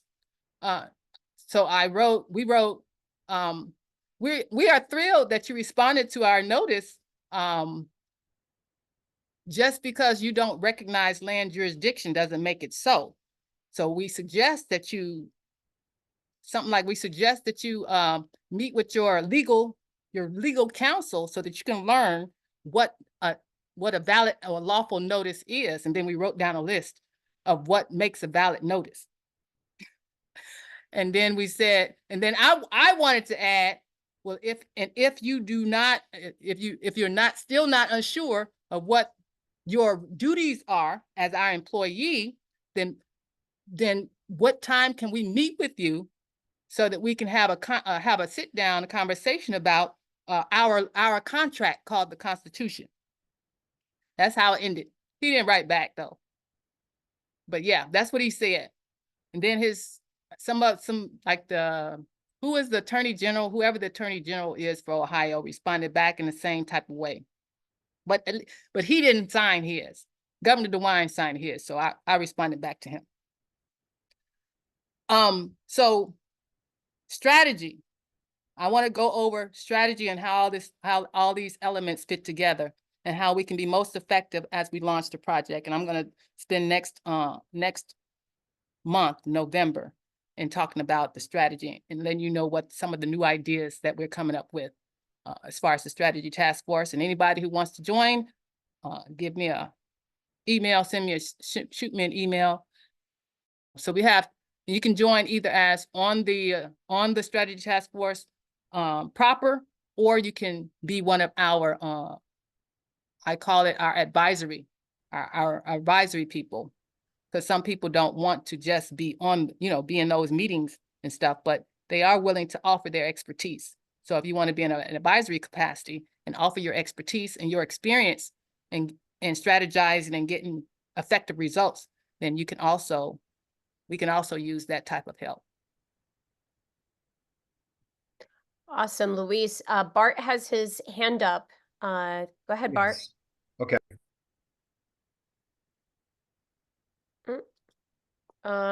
Bart, you're muted. Sorry. Okay. Yeah, Luis, I'm going to be reaching out to be a part of that strategy task force. And I had a couple questions. Let's see. First off, the material is beautiful. It's so well done. And I really appreciate Tim's illustrations. I had a small comment that you had in his illustrations. I noticed that he had a map of the national soil. And from my reading so far, if you look, like Oklahoma has 77 counties. And if you're going to draw a picture of the nation state Oklahoma, it's my understanding that you need to draw all 77 counties because the counties are the bricks that make up the nation state Oklahoma. So you can't look at a nation state without seeing its counties. So I made a YouTube video that's part of our new members orientation. Whenever I listed a map of the national soil, the way it was differentiated from the international map is the international map shows all the 50 states, the contiguous states, right, as separate colors, but they all have, right there. So your national soil, that needs to, in my opinion, that needs to be do we have like 3,000 counties in America? I forget how many there are, but that map needs to show every single county. And of course, it can still be subdivided by color to make it, obvious so that you can read what it is. But I think that that's more accurate. I wanted to at least get that in there. So, and maybe you can do a little more reading and say, Bart, you're wrong. Or no, actually you're right, but I'm pretty sure that's the case because a nation state is comprised of its counties because they are the national soil jurisdiction, the first 6 inches. But that was my first point. The second point is I'm still trying to figure out how these guys are going to take it. I don't know, maybe some people can relate to this. I tend to be more of a people pleaser. I don't like ruffling people's feathers. And I've noticed that, but I am pretty intense about what is right and what is true. And I tend to have a pretty low threshold on of patience when someone just doesn't want to learn the truth. So whenever I tell them this is the way that it is, that's typically how I put it, and it's not very friendly, but like, this is the way that it is. There is a national soil jurisdiction, there is an international land, and they both overstand the international sea, and that's the way that it is. There is no other way of looking at it. Now, of course, that doesn't go well with my friends. They kind of take another drink at, at the dinner table, like, that's interesting that you think that, Bart, but we're your friends and we love you and we don't want you to go off the deep. And I'm like, no, you don't understand it. This is that's how those conversations go with normal people who are not educated on this. I can only imagine it's exactly how it goes with the governor. And so, and I'm not surprised that he sent you back that response. My little joke there at the end was, I said, did you send him back Anna's most recent international notice, talking to those federal contractors in North Carolina and the other states that are experiencing emergencies? And she said, do not get in our way, basically. And you can be shot or hung if you do. Now, those are fighting words from Anna. Now, I think it's appropriate coming from Anna because she's the internationally recognized fiduciary of the United States of America. And so her words carry some weight. But I'm just a guy named Bart Drager out of Oklahoma, and I don't expect that my governor is going to listen to me. So whenever I plan those conversations, this is why I want to talk with you about strategy, is because I'm fully expecting that the governor is going to look at me like my dad does. My dad lives in Houston, Texas, and he is not interested in this. And it's mostly because he's an older man and he's been to Vietnam and back, and so he has a perception of what America is, and he's not really ready to listen to his sons. And that is, I mean, you know how that goes, right? That's totally understandable. Like if I was my dad in his shoes, I'd probably be the same way. So the trick is, how do you make that connection? How do you get someone to understand or somehow to recognize that they need to take you seriously, right? Because that notice that your governor sent you, that sounds about as pale as the notices that I've gotten from the IRS, which are basically worthless notices. Why even type anything on the page? And your attorney general didn't even sign it. Like, why are you sending out notice on their side? Why are they sending out notices and not signing them? It's because they don't believe what they're saying is true. It's because they're not ready to stand behind it. And they don't really know that the game that they're playing in. Now, the game we're playing in is, I wouldn't say it's really a lethal one, because American state nationals are a peaceful people. We're on a land and soil jurisdiction that is at peace, and we're not at war. So of course we're not going to threaten to go, find them and kill them, right? Like some people think, way out in the periphery that that's a possibility, but on the land and soil, that's not really a possibility in my book. I'm never going to, obviously, I'm not going to be threatening anyone. You need to do this or else, right? So I don't really have that in my card deck. Now, Anna von Reitz can say, as the fiduciary of the United States of America, she's got the authority to say that lawfully people can be shot or hung if they get in the way of civilian rescue efforts. So, but I can't do that. And I mean, I don't think I can, because I don't have the means to accomplish that, number one. And I'm just an American state national, in a peaceful jurisdiction. So how do you get, that's my question that I'm going to be talking to you about later. How do you phrase it? How do you frame the notices to get their attention and let them know that what we're engaged in here is lawful, and they need to check themselves on whether they are behaving lawfully, and that we're being serious here. I mean, we know that Anna von Reitz has authority, but she is, by her own admission, she is frequently outstaged, right, by the people in the fancy suits, because they, Americans in the world are very accustomed to listening to someone just because they have shiny shoes and a good suit.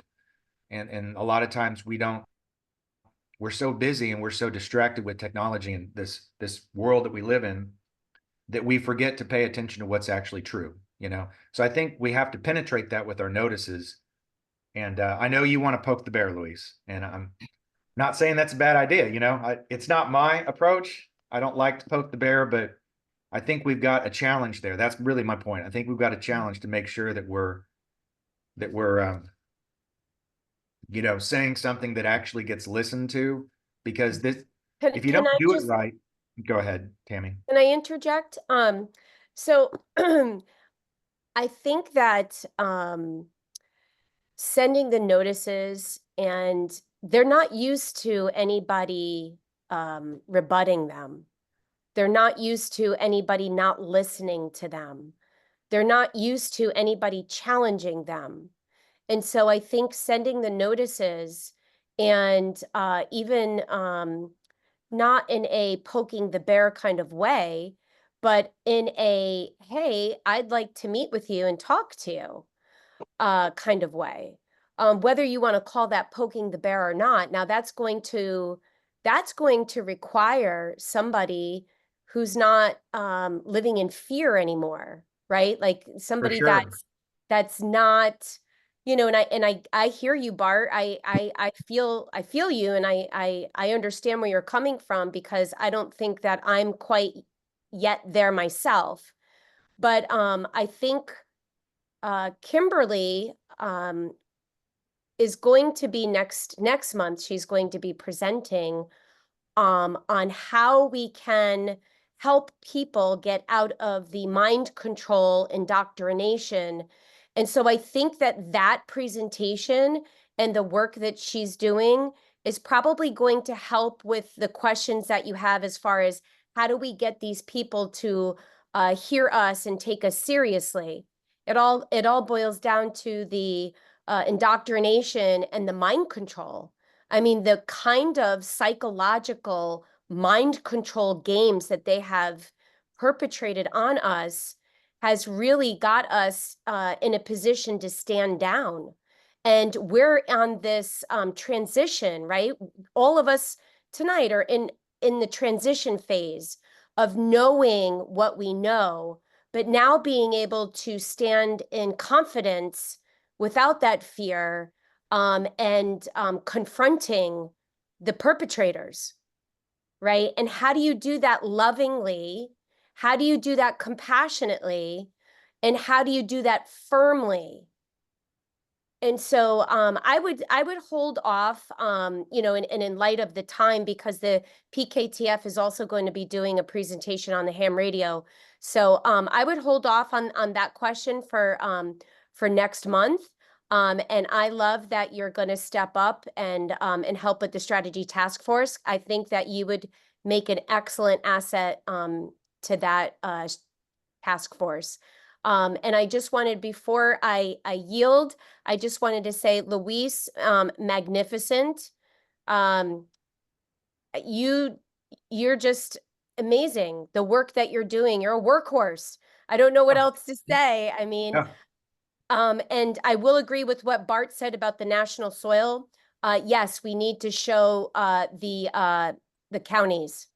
So I know that there's a graphic out there that has this colorful states, and it's also broken down into counties. So I think we need to switch up that graphic.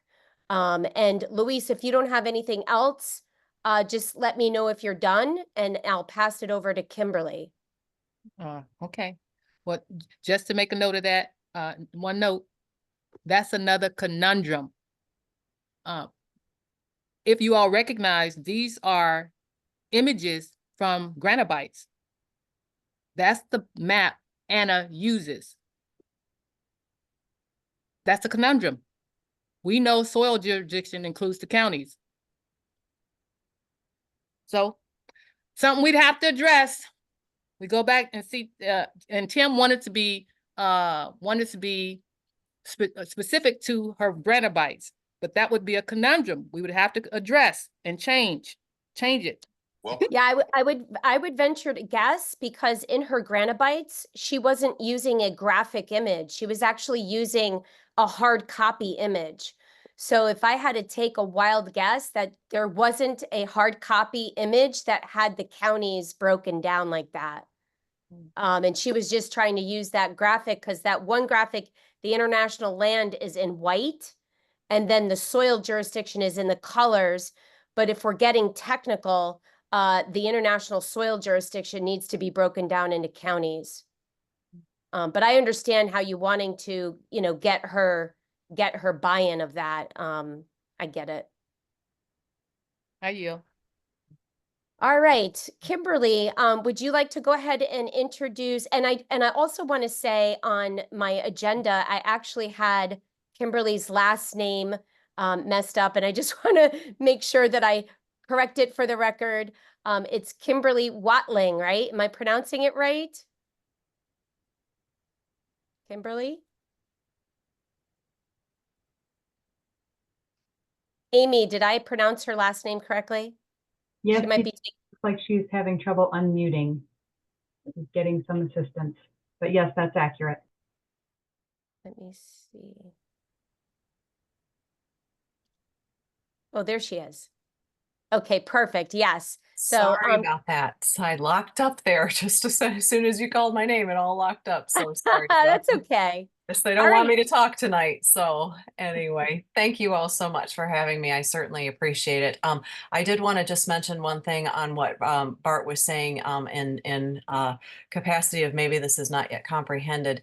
With the role of a peacekeeping task force liaison in place on an assembly, some of that work that is going to be assigned to that role will be actually being the bridge builder between the assemblies and the members of the de facto. So it looks as though some of that charge is actually going to be falling upon those of us who are actually pursuing the that peacekeeping task force liaison role. And so I think that there will be I know that there is going to be training that is going to be coming with that, and it has been being given to us in the training that has been going on for the last 2 sessions that they have been offering, and that's been going in since March. And so that will be something that I would, I guess, hope to unburden some to think that it's not necessarily going to be your responsibility to do that unless you've stepped to role. So I just wanted to clarify that and hopefully relieve some minds that this is something that's going to need to happen with each individual. Though as ASNs and self-governing, it certainly is your purview to do that. So I just wanted to make that point and offer that to you all to know that that's some of what the Peacekeeping Liaison Task Force training is all about. Okay, so on to that. I'm sorry I can't present the work that I was hoping to be able to present with you. In role as a Peacekeeping Task Force Liaison, I have been blessed to have been involved with the Peacekeeping Task Force in some greater services. And some of that work right now is in the radio work and the communications. I was asked and I volunteered to redirect given everything that has been going on with the weather events and the perpetrations upon our states and our good men and women. And so I was going to bring forth tonight a bit of instruction, not so much instruction, but request on behalf of the PKTF. One of the things that I'm going to bring forward is there is a new radio network that is coming online. It is the first American network that is coming online, getting off of platforms that are going to be held by others. It is picking up where the Nextel system has left off and is something that is the first steps towards getting independence. We still will be running on systems that are going to be in the common cellular levels and so forth. And we will have a ham radio fallback, but these are going to be alternative forms of communication that are going to be for emergency services and rescue. We are live with these now, and we're live because of the man, Bobby Sorella, who has joined on here, who was our former chief of Area 8, Postal Area 8, and has just stepped down, and Chief Aha has actually moved into that role because Bobby is bringing this to all of us as a great service. So what I would like to do is introduce Bobby and have him be able to come on and to be able to answer questions. I have several things that I was going to try and bring forward for us and be able to share. We are going to be working and bringing training out and so forth, but that is going to be somewhat secondary at this point to the request that's come on behalf of the PKTF. So I'm sort of staggering this and lining this up just a moment. I'd like to let Bobby say hi for a minute, and then I'd like to move for just a moment to what Chief Joe has asked of us with regard to assemblies and a emergency response circumstance, and show you a model and a template that we're rolling out. So if I could introduce Bobby first and let him say hi, we'll go ahead and then move to the contact form that Joe Hayes has asked us to bring forward. And then after we've done that, I'd like to come back to Bobby and be able to talk a little bit about the radios, how they're in service right now, how they're helping North Carolina, and God forbid, I think we're going to have to say they're going to be helping Florida. So with that, Bobby, would you mind coming on and saying hi to everybody and letting them get to know you just a moment and see who's put in hours and hours of endless love and dedication and expertise to be able to bring this to us. So Bobby, if you'd like to say hi and welcome, and could you please let us know a little bit about what you want to offer to us? I would, but I got a B-52 above me. I'm right by the runway in Nellis, so there's a lot of action going on lately. You just got to bear with me for about another 30 seconds while this thing hits Mach 1 over my house. So just stand by. No problem at all. So you can see he's pretty busy, and oftentimes if you're going to be given a call out and working, you may have a couple things that you got to kind of bear with, as he is actually our dispatcher at this point for the American side of things. The radios that are coming in, he is working with a initial launch of these. There will be 300 in a legacy account that he's working with, and these radios are going to be part of the training and the development of this, and working towards having them in the hands of every ASN who wants them. We are going to be able to use these to connect assemblies. We're going to be able to use these not only for that, but because of the nature of how many channels they have on them, we'll be able to have private networks of our own. So as a man and woman, not only will you be able to be connected in certain channels that will be programmed for things that are in your service role and with your GA, you'll also have channels that will be available for your private use, so you can connect your families. These radios will become available to them. And again, with enough channels on that, you would also be able to continue to use those for other networks, say if you had a business and you wanted to be able to outfit that. So this whole system is intended to be able to move us from platforms that are, I will call in a adversarially held platform set, and we're trying to get over into things that are going to be a bit more independent. Bobby, how are you? Are you clear now? Yeah, I got one more round coming. Let me try to go. It's all right. I'll keep talking for a minute. You go ahead and let me know when you're available. It's all good. What I will go ahead and do while he's getting himself prepped, I'd like to explain what Joe Hayes has actually offered and asking of all assemblies. I am going to introduce my state coordinator, our wonderful state coordinator, Amy Hunt here, and I'd also like to pay tribute to our wonderful IT and tech, Jan Bouthard. They have really jumped on and really made this possible. We are still basically within 24 hours and are in creation process with this. And once we get this, we will certainly be happy to help other assemblies figure out how to get this onto their websites. The request goes as this. Joe, in efforts to trying to reach the assemblies that have been affected by these storms, has gone to the websites that were alive and active on assemblies and was attempting to make contact with them. He did not have success with this and was very frustrated by this.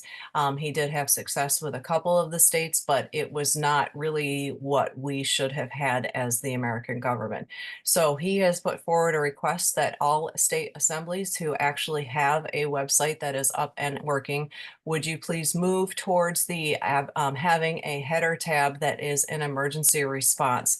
And so what that is it will be a contact form wherein anybody that is in a circumstance where they have had a catastrophe, they will be able to report to their American government what their needs are, what the problem has been, where they're located, people, numbers of people, and so forth. So what I'd like to go ahead and do, Amy, do you have screen share at the moment, or is that something that needs to be afforded you? Looks like I'm able to. May I? Yes, please. So I'm going to have Amy pop this up, and this is what we've been able to put together in a template in this. It is not perfect yet. We are still adding, and we are looking to have a little bit of help from the field. But this is going to be what we're doing. So I'm going to go ahead and yield back a moment and let Amy go ahead and express some of the work that they've done and added features that they thought of in all of this as well. So Amy, please go ahead. Okay, so this is our website, and I came to our homepage just so you can see the general layout and color scheme. One of the requests was that we make an emergency contact form stand out to be different from your normal website theme. So our menu is here, and way over to the right, there's the in an emergency, and that's in a different color here. So if we click on that, it just comes to a form, and this is a far different color scheme, but we're labeling it a catastrophic emergency response request, some general info from people, including what county they're on, their specific location. I didn't put an address because in an emergency, we don't know if they're going to be at home or somewhere else. The type of emergency they're in, we have some choices there. We made sure to put like long-term power outage, where we don't want to be necessarily notified, you know, if a squirrel hit the transformer and you're going to be out for 3 hours. So, or widespread flooding, you know, we don't need to know if you know the apartment upstairs broke a pipe and you know you're cleaning up water. We put on here, what is your current status? I'm safe and in need of nothing. I'm okay, but could use some supplies, or I'm in danger and need help ASAP. Some things that people may need. If someone clicks on medications, then there's a place for them to type in the medications they need. Same with clothing, they can type in the sizes they need.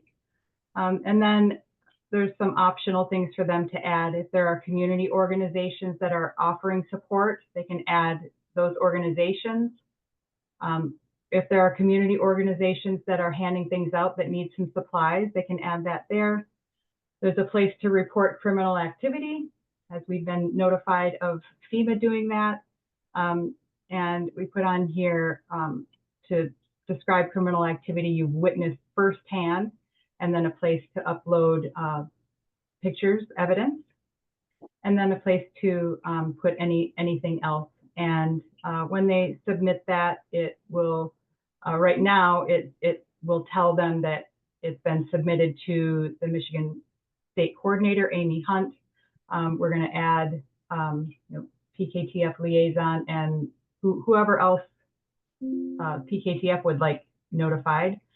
If our marshal at arms, we don't have a militia commander yet, but you know, we'll add people as needed. That can all be done in the background. The other thing that we did is we created an extra page that we can put up if needed. So if we have a catastrophic emergency, we would likely not have a hurricane unless it's, you know, HARP pushed all the way up or cloud seeded up to us.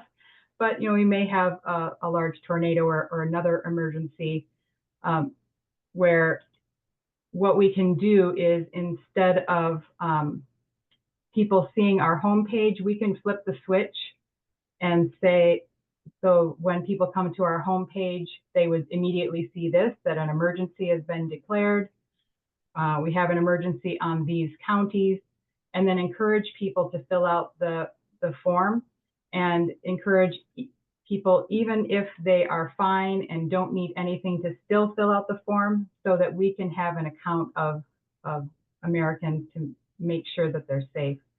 It was scary when North Carolina, they had 11 assemblymen that they couldn't locate, and people were confused. How do we get in touch with them? Do they know who to contact? So this is just one way that someone could check in with their assembly, say, I'm alive, I'm okay. We put a couple other suggestions on here. They can send a text message to the phone number if they're able to use text.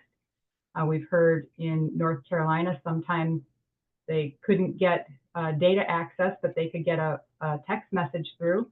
Or if someone has the radios that Kimberly is talking about, we can give them instructions on how to contact their dispatch. So this is a work in progress. Any suggestions that people have are welcome. Any assembly, please feel free to copy what we have.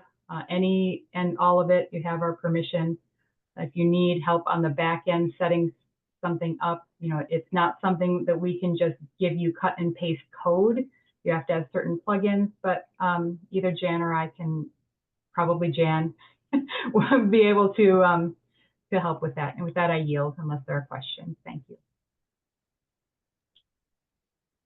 Thank you, Amy. That's awesome, Amy. Yeah, it's really impressive. Wonderful. I love that. It's great. So we are being asked by PKTF if you have a website that is functioning, if you would consider adopting such that this would be available for men and women to be able to contact their state assemblies. So if anybody has any questions for Amy on or Jan on that, I would definitely want to have those answered. I see Laura on Kentucky has had her hand up for a few moments, so I certainly want to ask if she would like to have the floor. Yes, my questions was about the ham radios.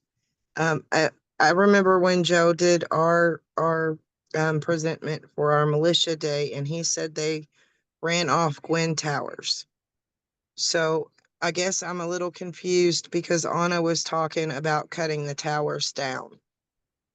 So would that cut out our communication, or is that, because I'm sorry, I'm still trying to understand all the radios frequencies. Is that what you're actually discussing with the other frequencies being more?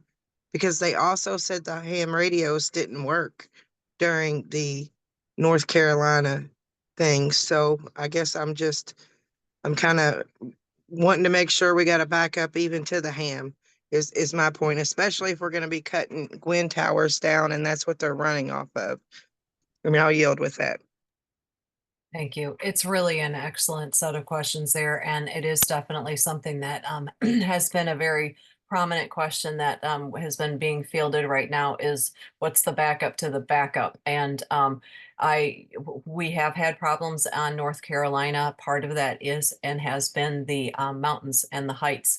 I will actually like to defer this to Bobby because he has actually more technicality that he can speak to. While he's doing that, I'm going to go ahead and share screen and put a document up that we're creating that will hopefully be a bit of a guide to help to explain some of this and what the different bands are and where the different types of radio frequencies come in. And again, some of this is just to sort of get the architecture of how do radios and these systems actually work to be able to address some of the ham stuff. But you are right, there was failure, and these are not 100% guaranteed that we will have communication. And then there's going to be another aspect of this besides the height that we are as assemblies and as part of our militia, we're going to have to be mapping out our own counties and figuring out our own repeater systems, and that will be able to carry messages. So I do believe some of those were potentially wiped out, but I also think that there were holes in systems. And so that's going to be some of the work that we're going to be doing with militia roles. So with that, I'd like to yield over and have Bobby go ahead and answer you more technically. But that would be sort of a common answer that I would like to be able to offer that. So please, Bobby, could you answer? Sure. There's a lot of, you guys hear me okay, by the way? Yeah? Yes, we hear you. Oh, good. Excellent. All right, sorry. There's a lot of miscommunication and assumptions and things about new technology, especially for people who have been in communications, 30, 40 years. The first thing is that I want to explain, just to give an example of how, without getting too technical, the other day, I live in Southern Nevada in Las Vegas, and the other day I noticed my phone, which is a Verizon phone, just had SOS on it. So I'm like, what the heck is this? Thought it was just me, being sleep deprived and trying to do all this stuff. Just I hit a button or two, and same thing. My wife's, everybody's phone in the valley was down, probably in other states as well. However, these radios that we have, they're they run off well, not so much 2G anymore, but basically 3G and 4G. Okay. Some of the radios we do have 4G, 5G capabilities, which means they'll pick up the strongest. Me being the person I am, try to stay away from 5G for various reasons. Okay. I'm not going to get into that right now. However, when my phones were down, it was Verizon 5G. These radios pick up the strongest signal. I had about 3 or 4 radios hooked up to a Verizon channel system, and maybe another 6 radios hooked up to an AT&T system. Although the phone service was down on a 5G systems, the 4G Verizon radios, push to talk over cellular, were working 100%, and I was able to communicate, to the East Coast, specifically to Maryland, where we do have availability of helicopter pilots on standby that can dispatch supplies to the South from Maryland. But that's a whole different story. With that being said, yes, these systems do work off of current infrastructure 4G towers. Now, there's something that not a lot of people know. It was brought on by basically the private sector, and it was hijacked by the de facto, specifically the Department of Commerce and AT&T, that they created something similar to what we're doing, but doesn't have the capabilities of what we have at this point in time. It's called a FirstNet system. So what they did was they took AT&T and secretly added 4G towers all over the place where there's no common cell phone towers, and that's called FirstNet system. And they're kind of using the POC over radio and DMR mixed. That's where all these communications are heading, is push to talk over cellular and DMR combining as one. Eventually, who knows when, could be a decade from now, but it's going to be like the old TV signals, analog. It's pretty much going to get phased out, although it would still be useful to people who have equipment. They're just not going to probably be producing analog equipment anymore. So it's not just going to disappear. They're just going to slowly just stop producing analog capabilities. And this is coming from some of the main manufacturers in this business and the service providers who actually started this whole PPT over cellular thing. That being said, the primary reason for these radios is everyday communications. If you're in a peacekeeping, county reefs, emergency services type of organization, these things are a lot faster than texting. You don't have to waste time on a phone call.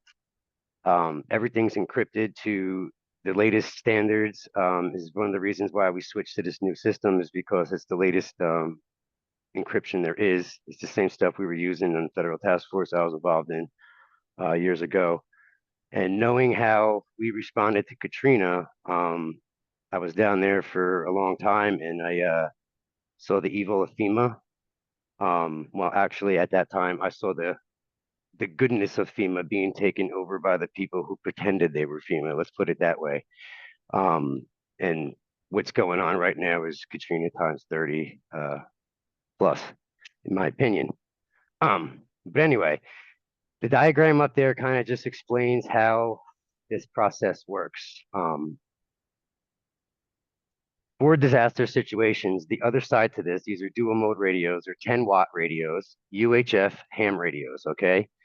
They could hit any ham repeater, okay? They could hit any GMRS repeater. Hey, Bobby, could you pause 1 second? Yes, I can. Kimberly, can you increase your view to maybe like 125% so we could see the bigger visual? If you go down to your right-hand corner of your screen, there should be an area, yeah, right there. Just increase that. Slide it over.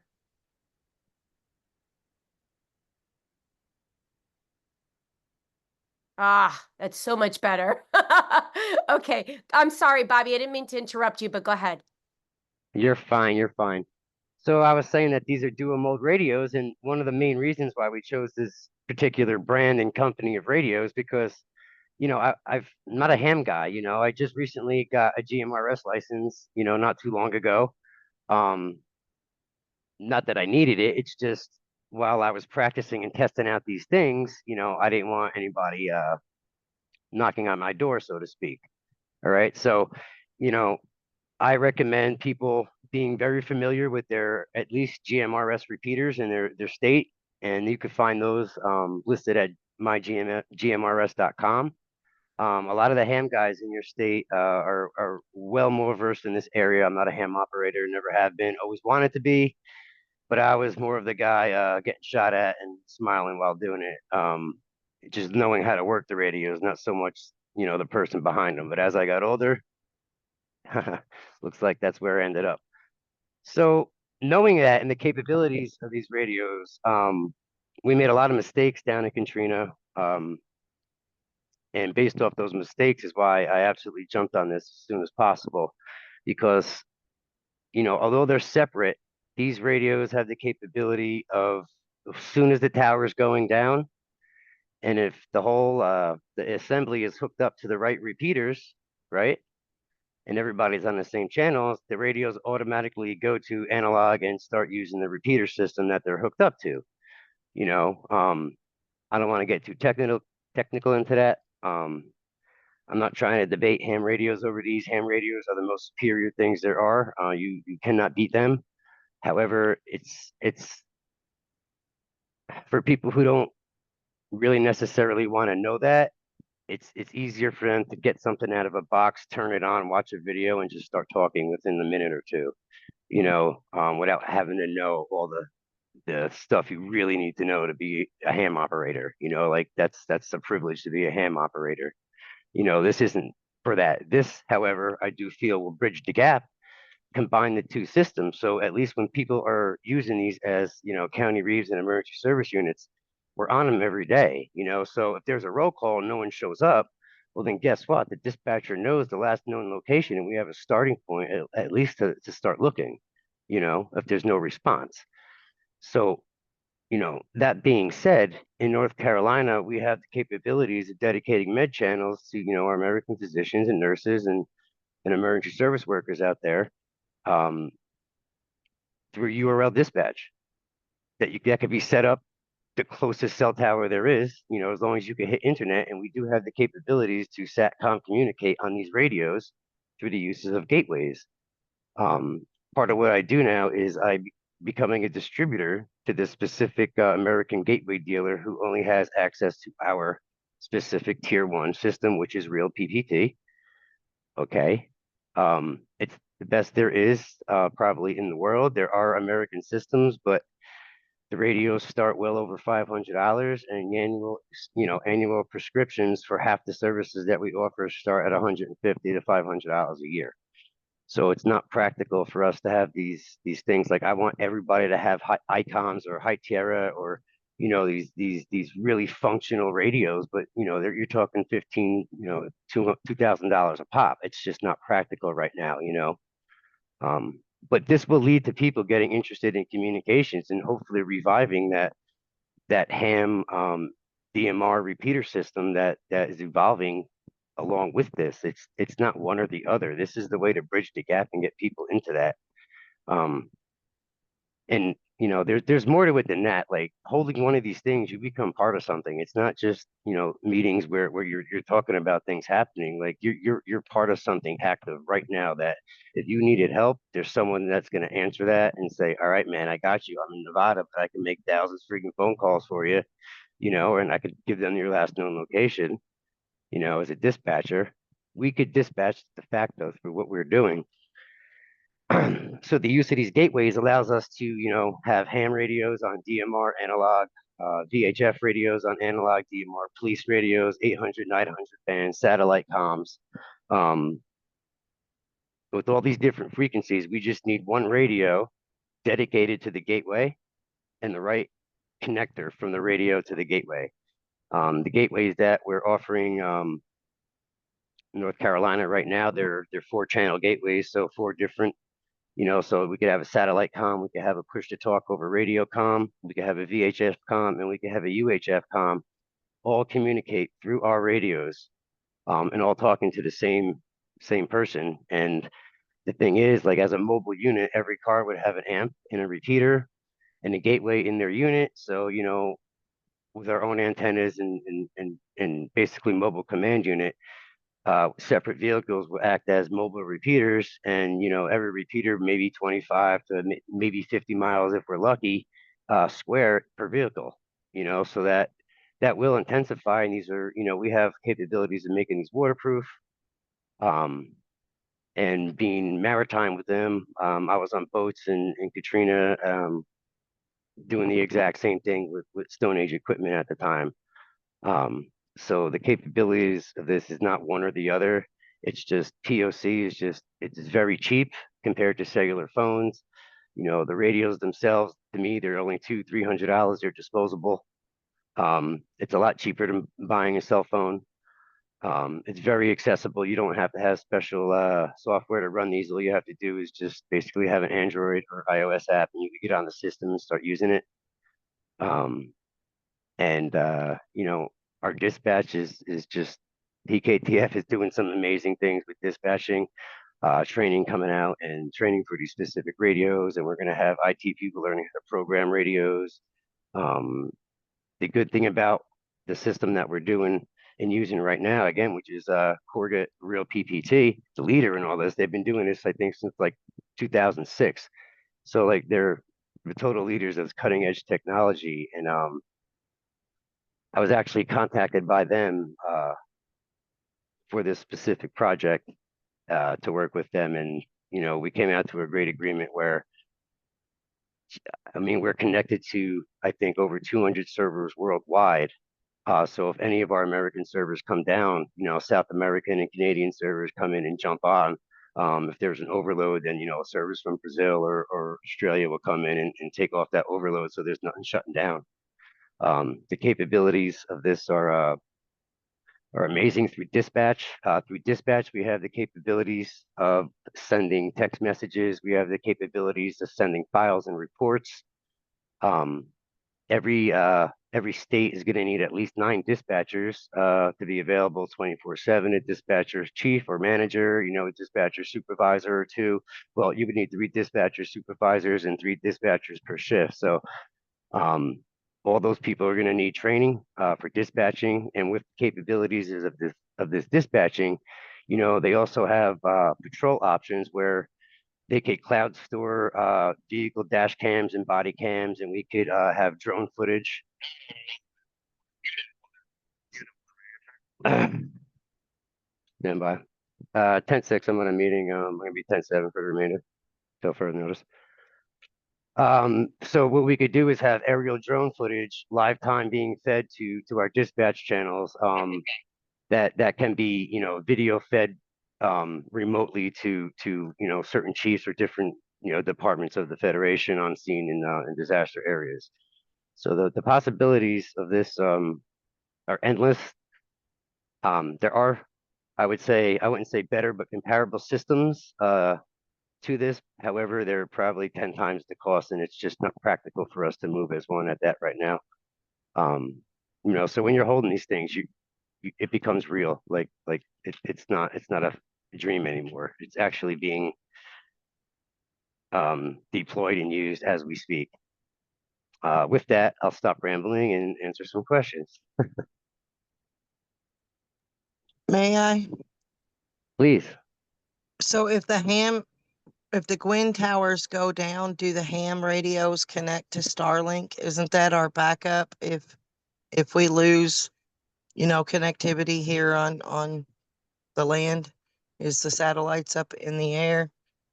Well, the only way, I gotta address that right now. The only way your ham radios are not working is 1, if they have no power, or 2, you're not connected to a repeater, or 3, there's just no repeaters available. So that's user error, or they're just in a really bad location that you can't get high enough to hit a repeater, or you're just not familiar with actually how to use one. There's no way. I mean, we have live feeds on ham radios since this started in Rutherford County, North Carolina, that we're listening to live. So that's saying that the ham radios don't work is a farce. It's not a full story. There's proof that they have been working since day one. So what happened in North Carolina? Were they out of range? That's what she was saying earlier. The mountain did it.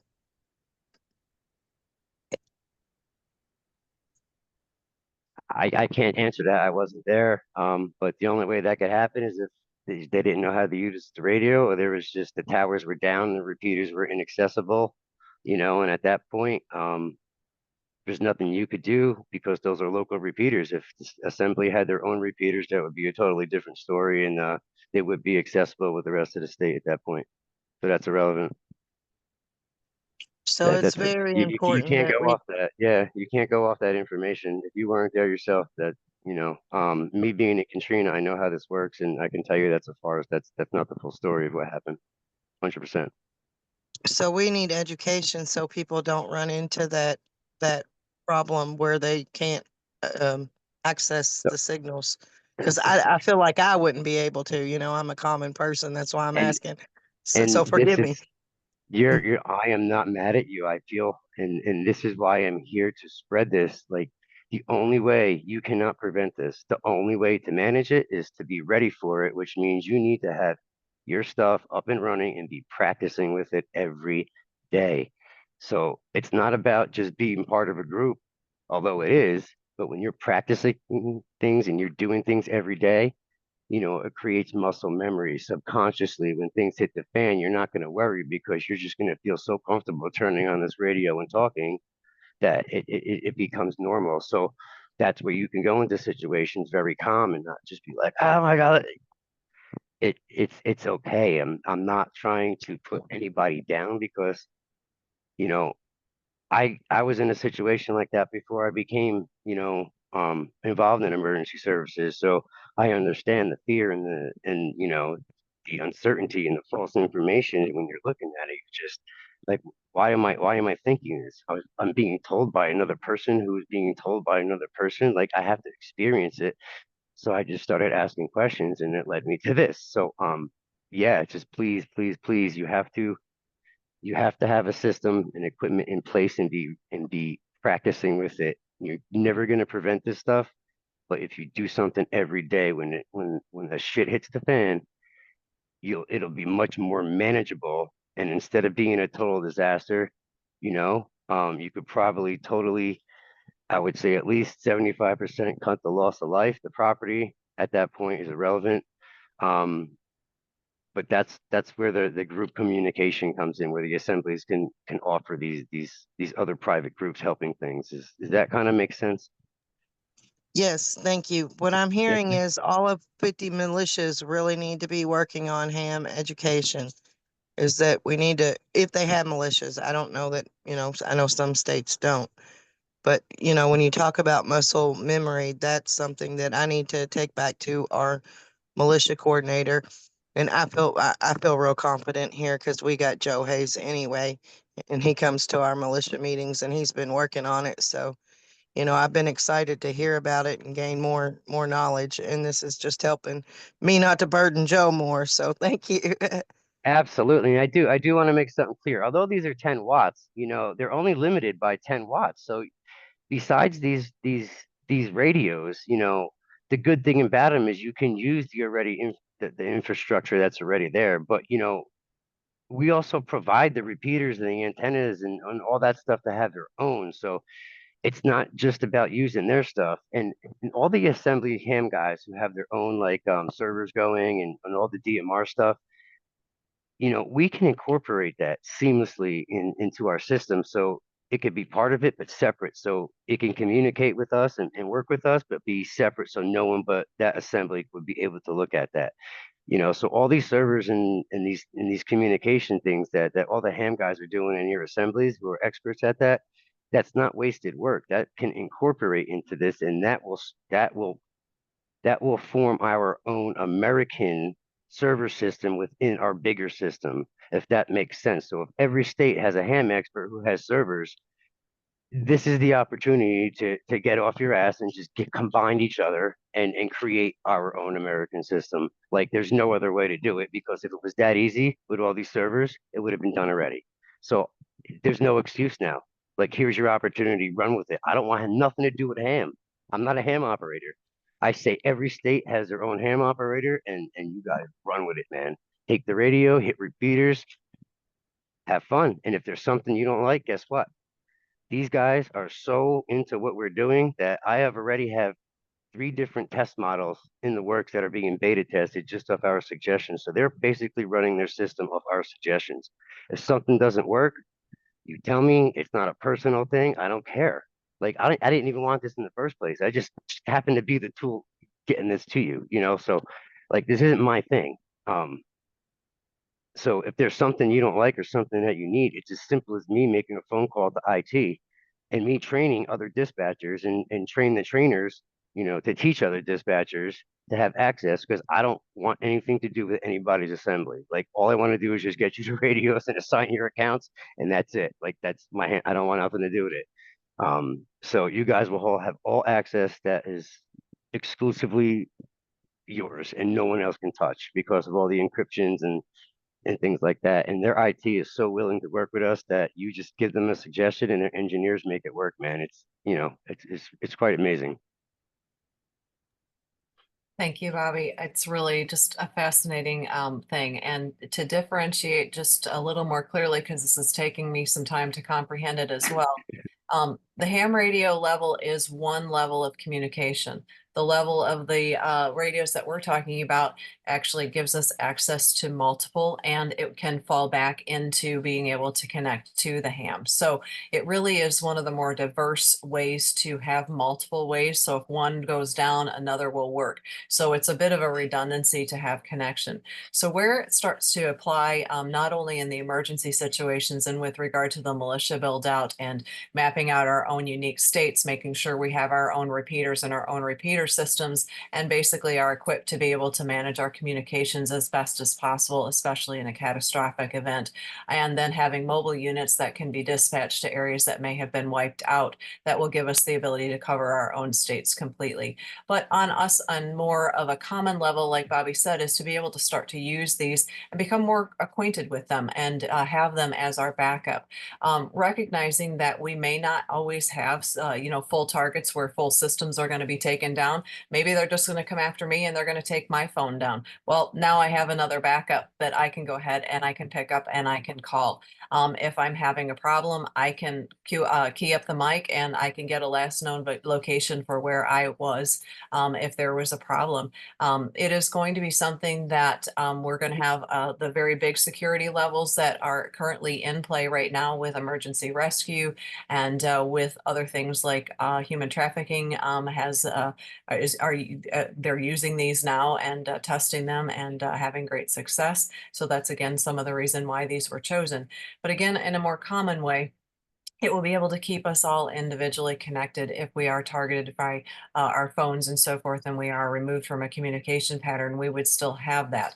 Again, these are not going to be like we're going to get on and text with one another and we're going to go ahead and have long conversations. In fact, you really only have a few seconds after you actually key up the mic. And if you don't get your thumb back off of that mic, you block the airway for everybody else. So when we play with this, and I really shouldn't say play, but I want to try and make it a little more friendly and approachable, but it's going to be the type of thing that you are going to have to know what you're doing. You are stepping onto an emergency platform that is for communication. When you get into your private networks, you guys can play a little bit more and have a little bit more fun with it, but you will still be limited by that. So as we sort of put these training videos out on how to use these, they are going to be stuff that is really very straightforward. It's just remembering some of the basic rules. I did in the document that I was showing you, and maybe some of you had seen that, there will be a chart for various codes and just sort of quick slang to be able to convey messages and so on. Easy codes that we'll be able to remember, and we can either adopt these or we can go ahead and we can make our own sort of coding that way. It may be easier to stay with what already exists. But these are going to be some of the things that are going to be rolling out, and they are going to be things that are going to give us the opportunity to learn how to do this and make us unafraid, and have us playing with them and working with them before we actually have need, hopefully. And so what I would also offer with this is, in the eventuality of how this builds out, it will be the kind of thing that they are very much going to be looking to targeting our elderly and our infirmed, our folks that don't have otherwise have contact and are shut-ins. So these will be radios that would also give them the backup. What has also not been mentioned is it does give the Federation the opportunity to come across and talk to us. So if Anna wants to come speak to us, we're going to have a direct connection, and that will be able to happen. If Chief Joe wants to come and give us a message, if the Continental Marshal, any of them want to come and have a word with us, we're going to be able to get those things. And so this is where we are looking to also start to stir the interest of any of the Assembly members with regard to if they have skills this way, would they be interested in dispatch? We do believe that these are going to need to be vetted positions because of the sensitivity of the matter that would be coming across desks. But these are going to be 24-hour dispatches that are available that if you are having a problem, you will be able to call somebody and you will be known. As we build out, it will get better and better emergency response as we get better and better with de facto relationships and being able to actually have services that are there redirected for our purposes and for our aid. This is going to all be stuff that is built out. But in the beginning, we have to know that we are the first taking the steps to do this. And there's going to be some things that are not going to be exactly, perfect, but it will, as Joe said last night, 50 days ago, we didn't have this. And in 50 days, we went from being a program we thought was going to be this big to people recognizing it, and it's just caught fire and it's just gone so big, so fast. Even last night with the nature of these radios and so forth, the connections, I mean, we were able to start to secure helicopters last night to get provisions dropped in for North Carolina. So this is big, big stuff that is actually underway and happening live. So we needed to bring it to outreach to request the emergency contact forms, start to get put up on everybody's websites, that we start to be able to have that kind of credibility, that kind of accountability. And because of this beautiful work with the PKTF and with what Bobby's offering, we really have the opportunity to start to care for and build out our militias, the provisions and our protections of our people, and really start to gain credibility. So I would want everyone to know that these are going to be such that we are attempting to set it up that every assembly would have the opportunity to be the distributor on their state for this, and that everything would be going through various offices, the offices that would be involved, and not everybody has them at the moment. So as you can, Marshal at Arms offices coming into Militia Command offices, those are going to be some of the natural areas that these are going to actually fall. Certainly state coordinators are going to be intimately involved with this, and potentially any IT if you do have IT working with you. So a lot of really amazing things and amazing work that's going on, really adding to all of this. And I think is giving Anna a lot of the ability to be able to, really stomp down as she is, because we've got this fantastic service that's starting to become provided for us. So this is where I would encourage you that radios are inbound, repeaters are inbound, plans for how to start to lay out states and maps and so on are in works. So lots of really good things coming to support us in our work. So I would like to make sure Bart gets his questions answered, because I see he has a couple in the chat that I think are very good and worth noting.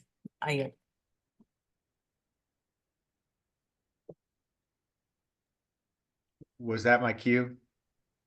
Yeah, go for it, Bart. Okay. Up, Bart, you're muted again. Okay. How about now? Okay. So yeah, I put them up in there in the chat. That way it bookmarks for me and we can address them whenever we have time. So I have a couple questions. I'm a ham radio operator myself. I have it off in the corner of my house. I've never touched it in 3 years. I know my call sign KG5LFC, but I took the test like 3 years ago, maybe it was 10 years ago. And so I'm off in the peripheral, and I'm also not a PKTF liaison. That's our guy Jody. He's our PTF liaison. So I'm kind of on the peripheral, but very interested, right? Because I'm familiar with it. So number one, I can't remember the difference between real PTT and whatever the other PTT is. And then I'm kind of removed from the context of the communications. I hear something about the Gwyn towers going down, and I'm vaguely familiar with the vulnerability of networks. Like I don't like, if we're in assembly, I don't, and maybe you guys have already talked about this. I just didn't pick up with the lingo, right? But I understand the difference of us wanting to have our own private network. I mean, I know that one of the things, if they're not all like this, I don't think, but if a ham radio repeater if they're forward thinking, they're going to have a backup generator for the repeater. That way, if the grid goes down, it's still up. I don't know if there's a guarantee that every ham radio repeater in my city, Tulsa, or around there, has a backup generator. So all it would have to do is a, SHTF situation, the grid goes down and half the repeaters go down with it. And so I haven't done my research to know which repeaters would still be up, which ones have a backup generator, which ones don't. So I don't know how to trust that network, but that was my question. How do we ensure that the repeaters around us are powered? And number two, on that, the piggyback question is that when I think of repeater, I think of a 200-foot tower on private property that a man with enough money went to the trouble to build. Like I look at them like, oh, there's a repeater and there's one on top of the building. So whenever you say you're sending repeaters out, I'm like, are you sending them out in flatbed trucks? Obviously, you're talking about something different. I just don't know what it is. And I'm vaguely familiar with the GMRS radios. It sounds like that's what you're talking about. It's a more flexible radio that can grab on at ham radio as well as other networks. My last question is, what is the model of this radio so that I can buy it, or who can I buy it from? Okay, I yield. Oh man, that's awesome. Yeah, those are very, very common questions. I'm not laughing at you because when I was going through this with the manufacturers and the service providers, I was pretending I was you and just critiquing everything they were, and they just started looking at me and laughing. They're like, "You're serious about this, aren't you?" And I said, "Yeah, a little." So let me talk to you about the repeaters. Again, like I didn't buy these for emergency disaster response specifics. I bought these with the capabilities of handling emergency disaster responses. These radios by themselves cannot handle an emergency disaster response without a repeater, right? So what do I mean? What do I mean by that? Yes, exactly what you're saying. Traditional analog DMR ham radio. Now, when I say ham radio, I mean amateur radio from VHF to UHF. Okay. Um, and GMRS, just for the people who doesn't know, is specific UHF channels, okay, that are dedicated to, I guess, family radio service, repeater capable family radio service. Okay, it's all considered land mobile radios, right? However, the GMRS is there's no test involved. They just want your money. Say, hey, they basically make you pay $30 for a call sign. WSTU 358 is mine. Okay. They make you pay $30. It's good for 10 years. So, on their website, I literally put a man, Robert, do it. You know what I mean? So it's stupid. And I did that because I did a lot of testing on UHF, and I didn't really feel like having any knocks on a door because every time they have a knock on a door, they send a SWAT team. So I didn't want to have to bother my wife with the SWAT team at my door. It's okay. With that being said, yes, the devices I'm talking about are probably this big, the size of like a binder, maybe. Okay, like 14 by 9, something like that. You can actually go on Amazon and look up the company Resurgence and buy a GMRS UHF repeater for about $400. Okay. All you get is this unit. Comes in a waterproof case. You hook it up to an antenna, which, by the way, all those towers is just a steel structure to run a wire as high as they could possibly go. That's all the towers are. So with the mobile units, we have all these repeaters and these gateways. The gateway is hooked up to the repeater, and that is the device that lets other frequencies communicate on one. All right. So I don't want people to think a gateway is a repeater. There are GMRS specific repeaters. Okay. And if you go to gmrs.com or mygmrs.com, they will tell you where all these repeaters are located in your state. The problem is, if the question that you're asking is if those repeaters go down, does the repeaters go down? Well, yeah, because I guarantee you, they're only on a generator. So if they run out of juice for the generator, it's out. However, if the assembly and the ham guys who have their own repeaters and have their own networks set up within that state. Because I know a lot of guys have their own private repeaters set up, and they charge people for to use. So all those guys, all the local ham clubs, you need to get with those local ham clubs because those are the ones who are going to have access to these repeaters who aren't hooked up to the system. And that's where these radios come in because you don't have to buy a separate device. You're already there. You don't even have to program these radios. There's a frequency crack. So if you're next to a radio who's transmitting, even if it's on a repeater, you hit a button, literally you hit a button, right?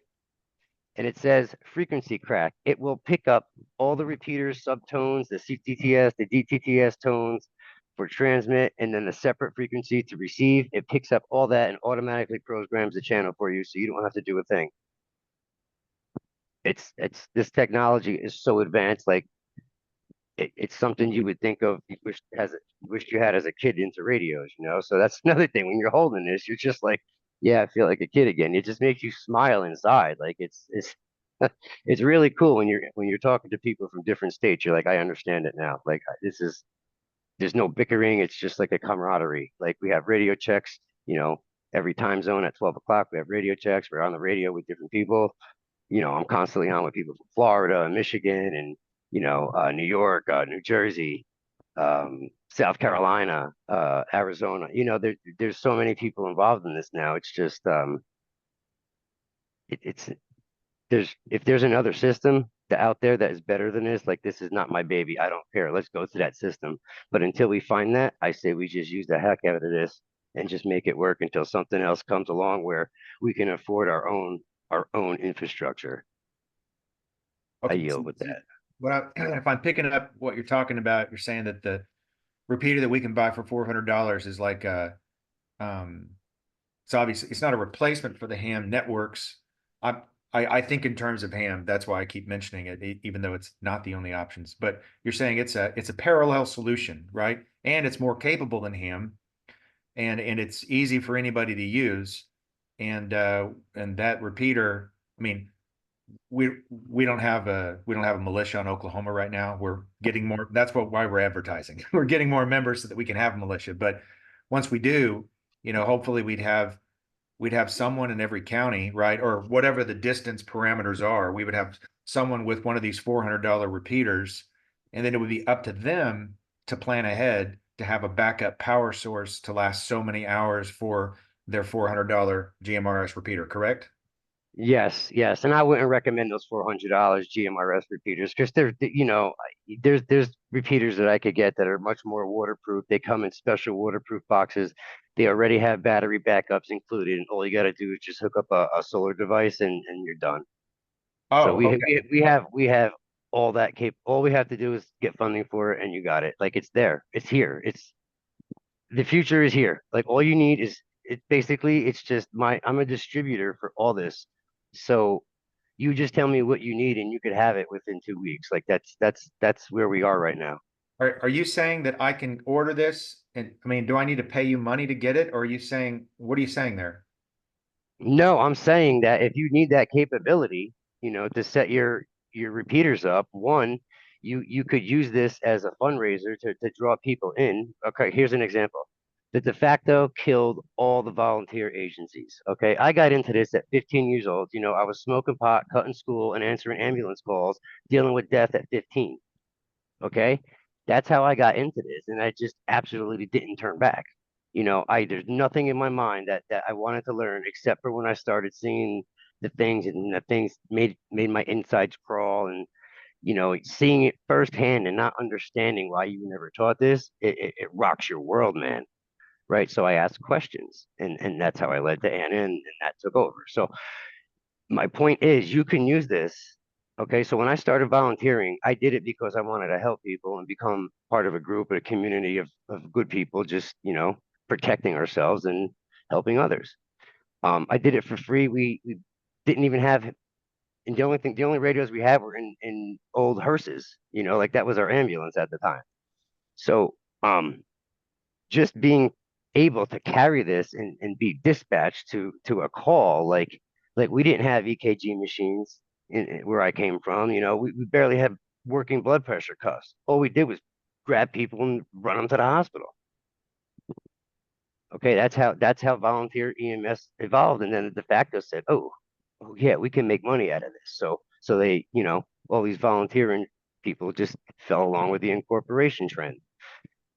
Okay, so this is the original boots on the ground, grassroots, volunteer American peacekeeping service. It exists, and what Well, I'm saying is for you to use this, as advertisement. The more people you get, people are going to want to put energy into this, and the more energy and good that is put into this, the faster it's going to come out. And you're going to have access to, and this is my point, you're going to have access to any piece of equipment you need at that point in time. Anybody who needs a piece of equipment, all they have to do is tell me what it is, and I could get it to them within 2 weeks. That's all I'm okay. saying. Okay, I'm asking for budget. Like we've got 7 people and volunteers, and we talked about it at our last volunteer meetings that we need to get these radios just in case the grid goes down here in Oklahoma.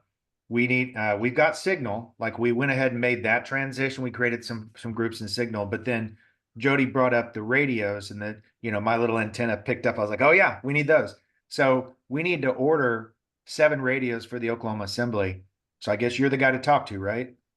Give me a text after this, May I? and please do. Please go ahead. Yes, I'm the guy to talk to. Please hook up with me after.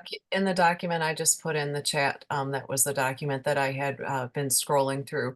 I apologize, it is not fully integral. I just wanted to make sure that it was in people's hands. I will be getting it perfected, and it will be being added to. So I'm sorry for mistakes and errors. There are some funny things that were going on with it, but it at least convey message. It does have Bobby's contact information and pricing, so forth. So everything that you need in this very preliminary hit should be there to be able to start this process.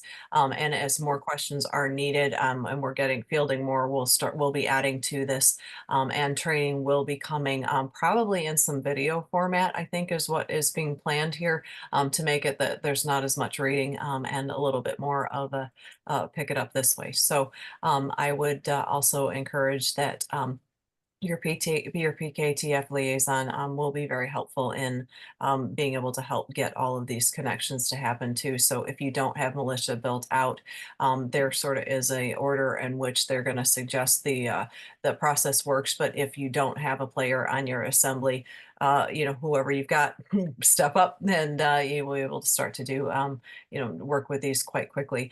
The only other thing that I would say to what Bobby's saying with about the timeline, things are screwy in the world right now. There have been some strikes and there have been some other things holiday wise that have been going on out of country. So there have been a few delays on some of these things. They have been falling into hands and making it, but it has had a little frustration and just getting some of these things to occur right now, mostly because we've had interruption with actually how commerce and shipping is going. So just want to give some protection there and not have too high of an expectation.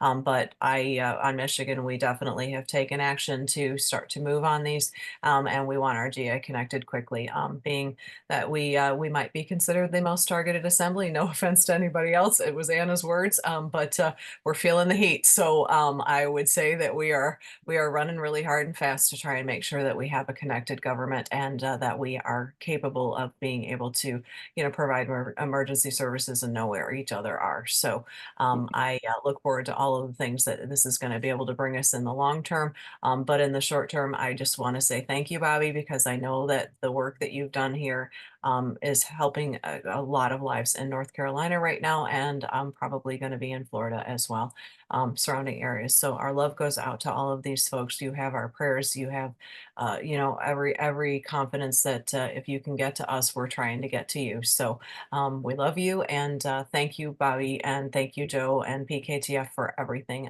You guys really have just stepped up in so many ways that we assemblies would not be as good as we are without you. And so thank you very much for that.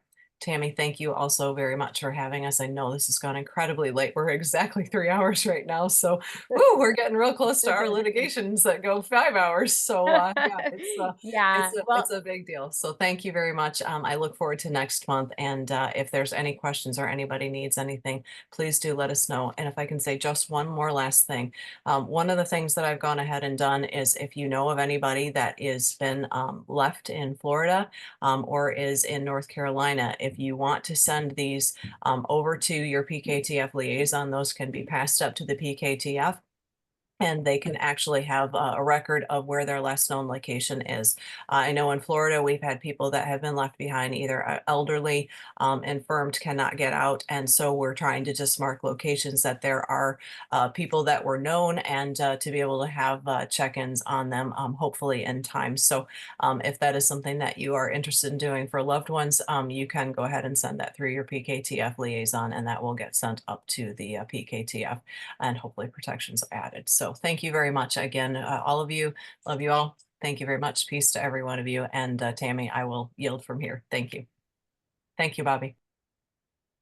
awesome. Yes, I'll say that was a great presentation. Bobby, thank you so much for all of that. And Kimberly, thank you for your contributions in that and putting all that information in the chat for everybody to follow up, because I also had questions on how much they cost. So, so Bart, thanks for bringing that up, and thank you for providing that in the document. And so we've hit the 3-hour mark. I think it's the longest outreach think tank meeting we've had. I just want to say thank you to everybody that stayed on, because we had. I think we have half the people now that we did when we first started. So thank you, Louise. And thanks to David for his presentation. And before we head out for the night, I'm going to reconvene our meeting next month. We're going to do it on the November 13th. Okay, so everybody mark your calendars, November 13th, and we'll see you back then. Have a great night. And actually have a great month. Bye, everybody. Thank you. Great seeing you guys. Good night. Thank you. Thank night. you. Thank you, everyone. Thank What a you. great meeting. Thank night. you, everyone. Great job.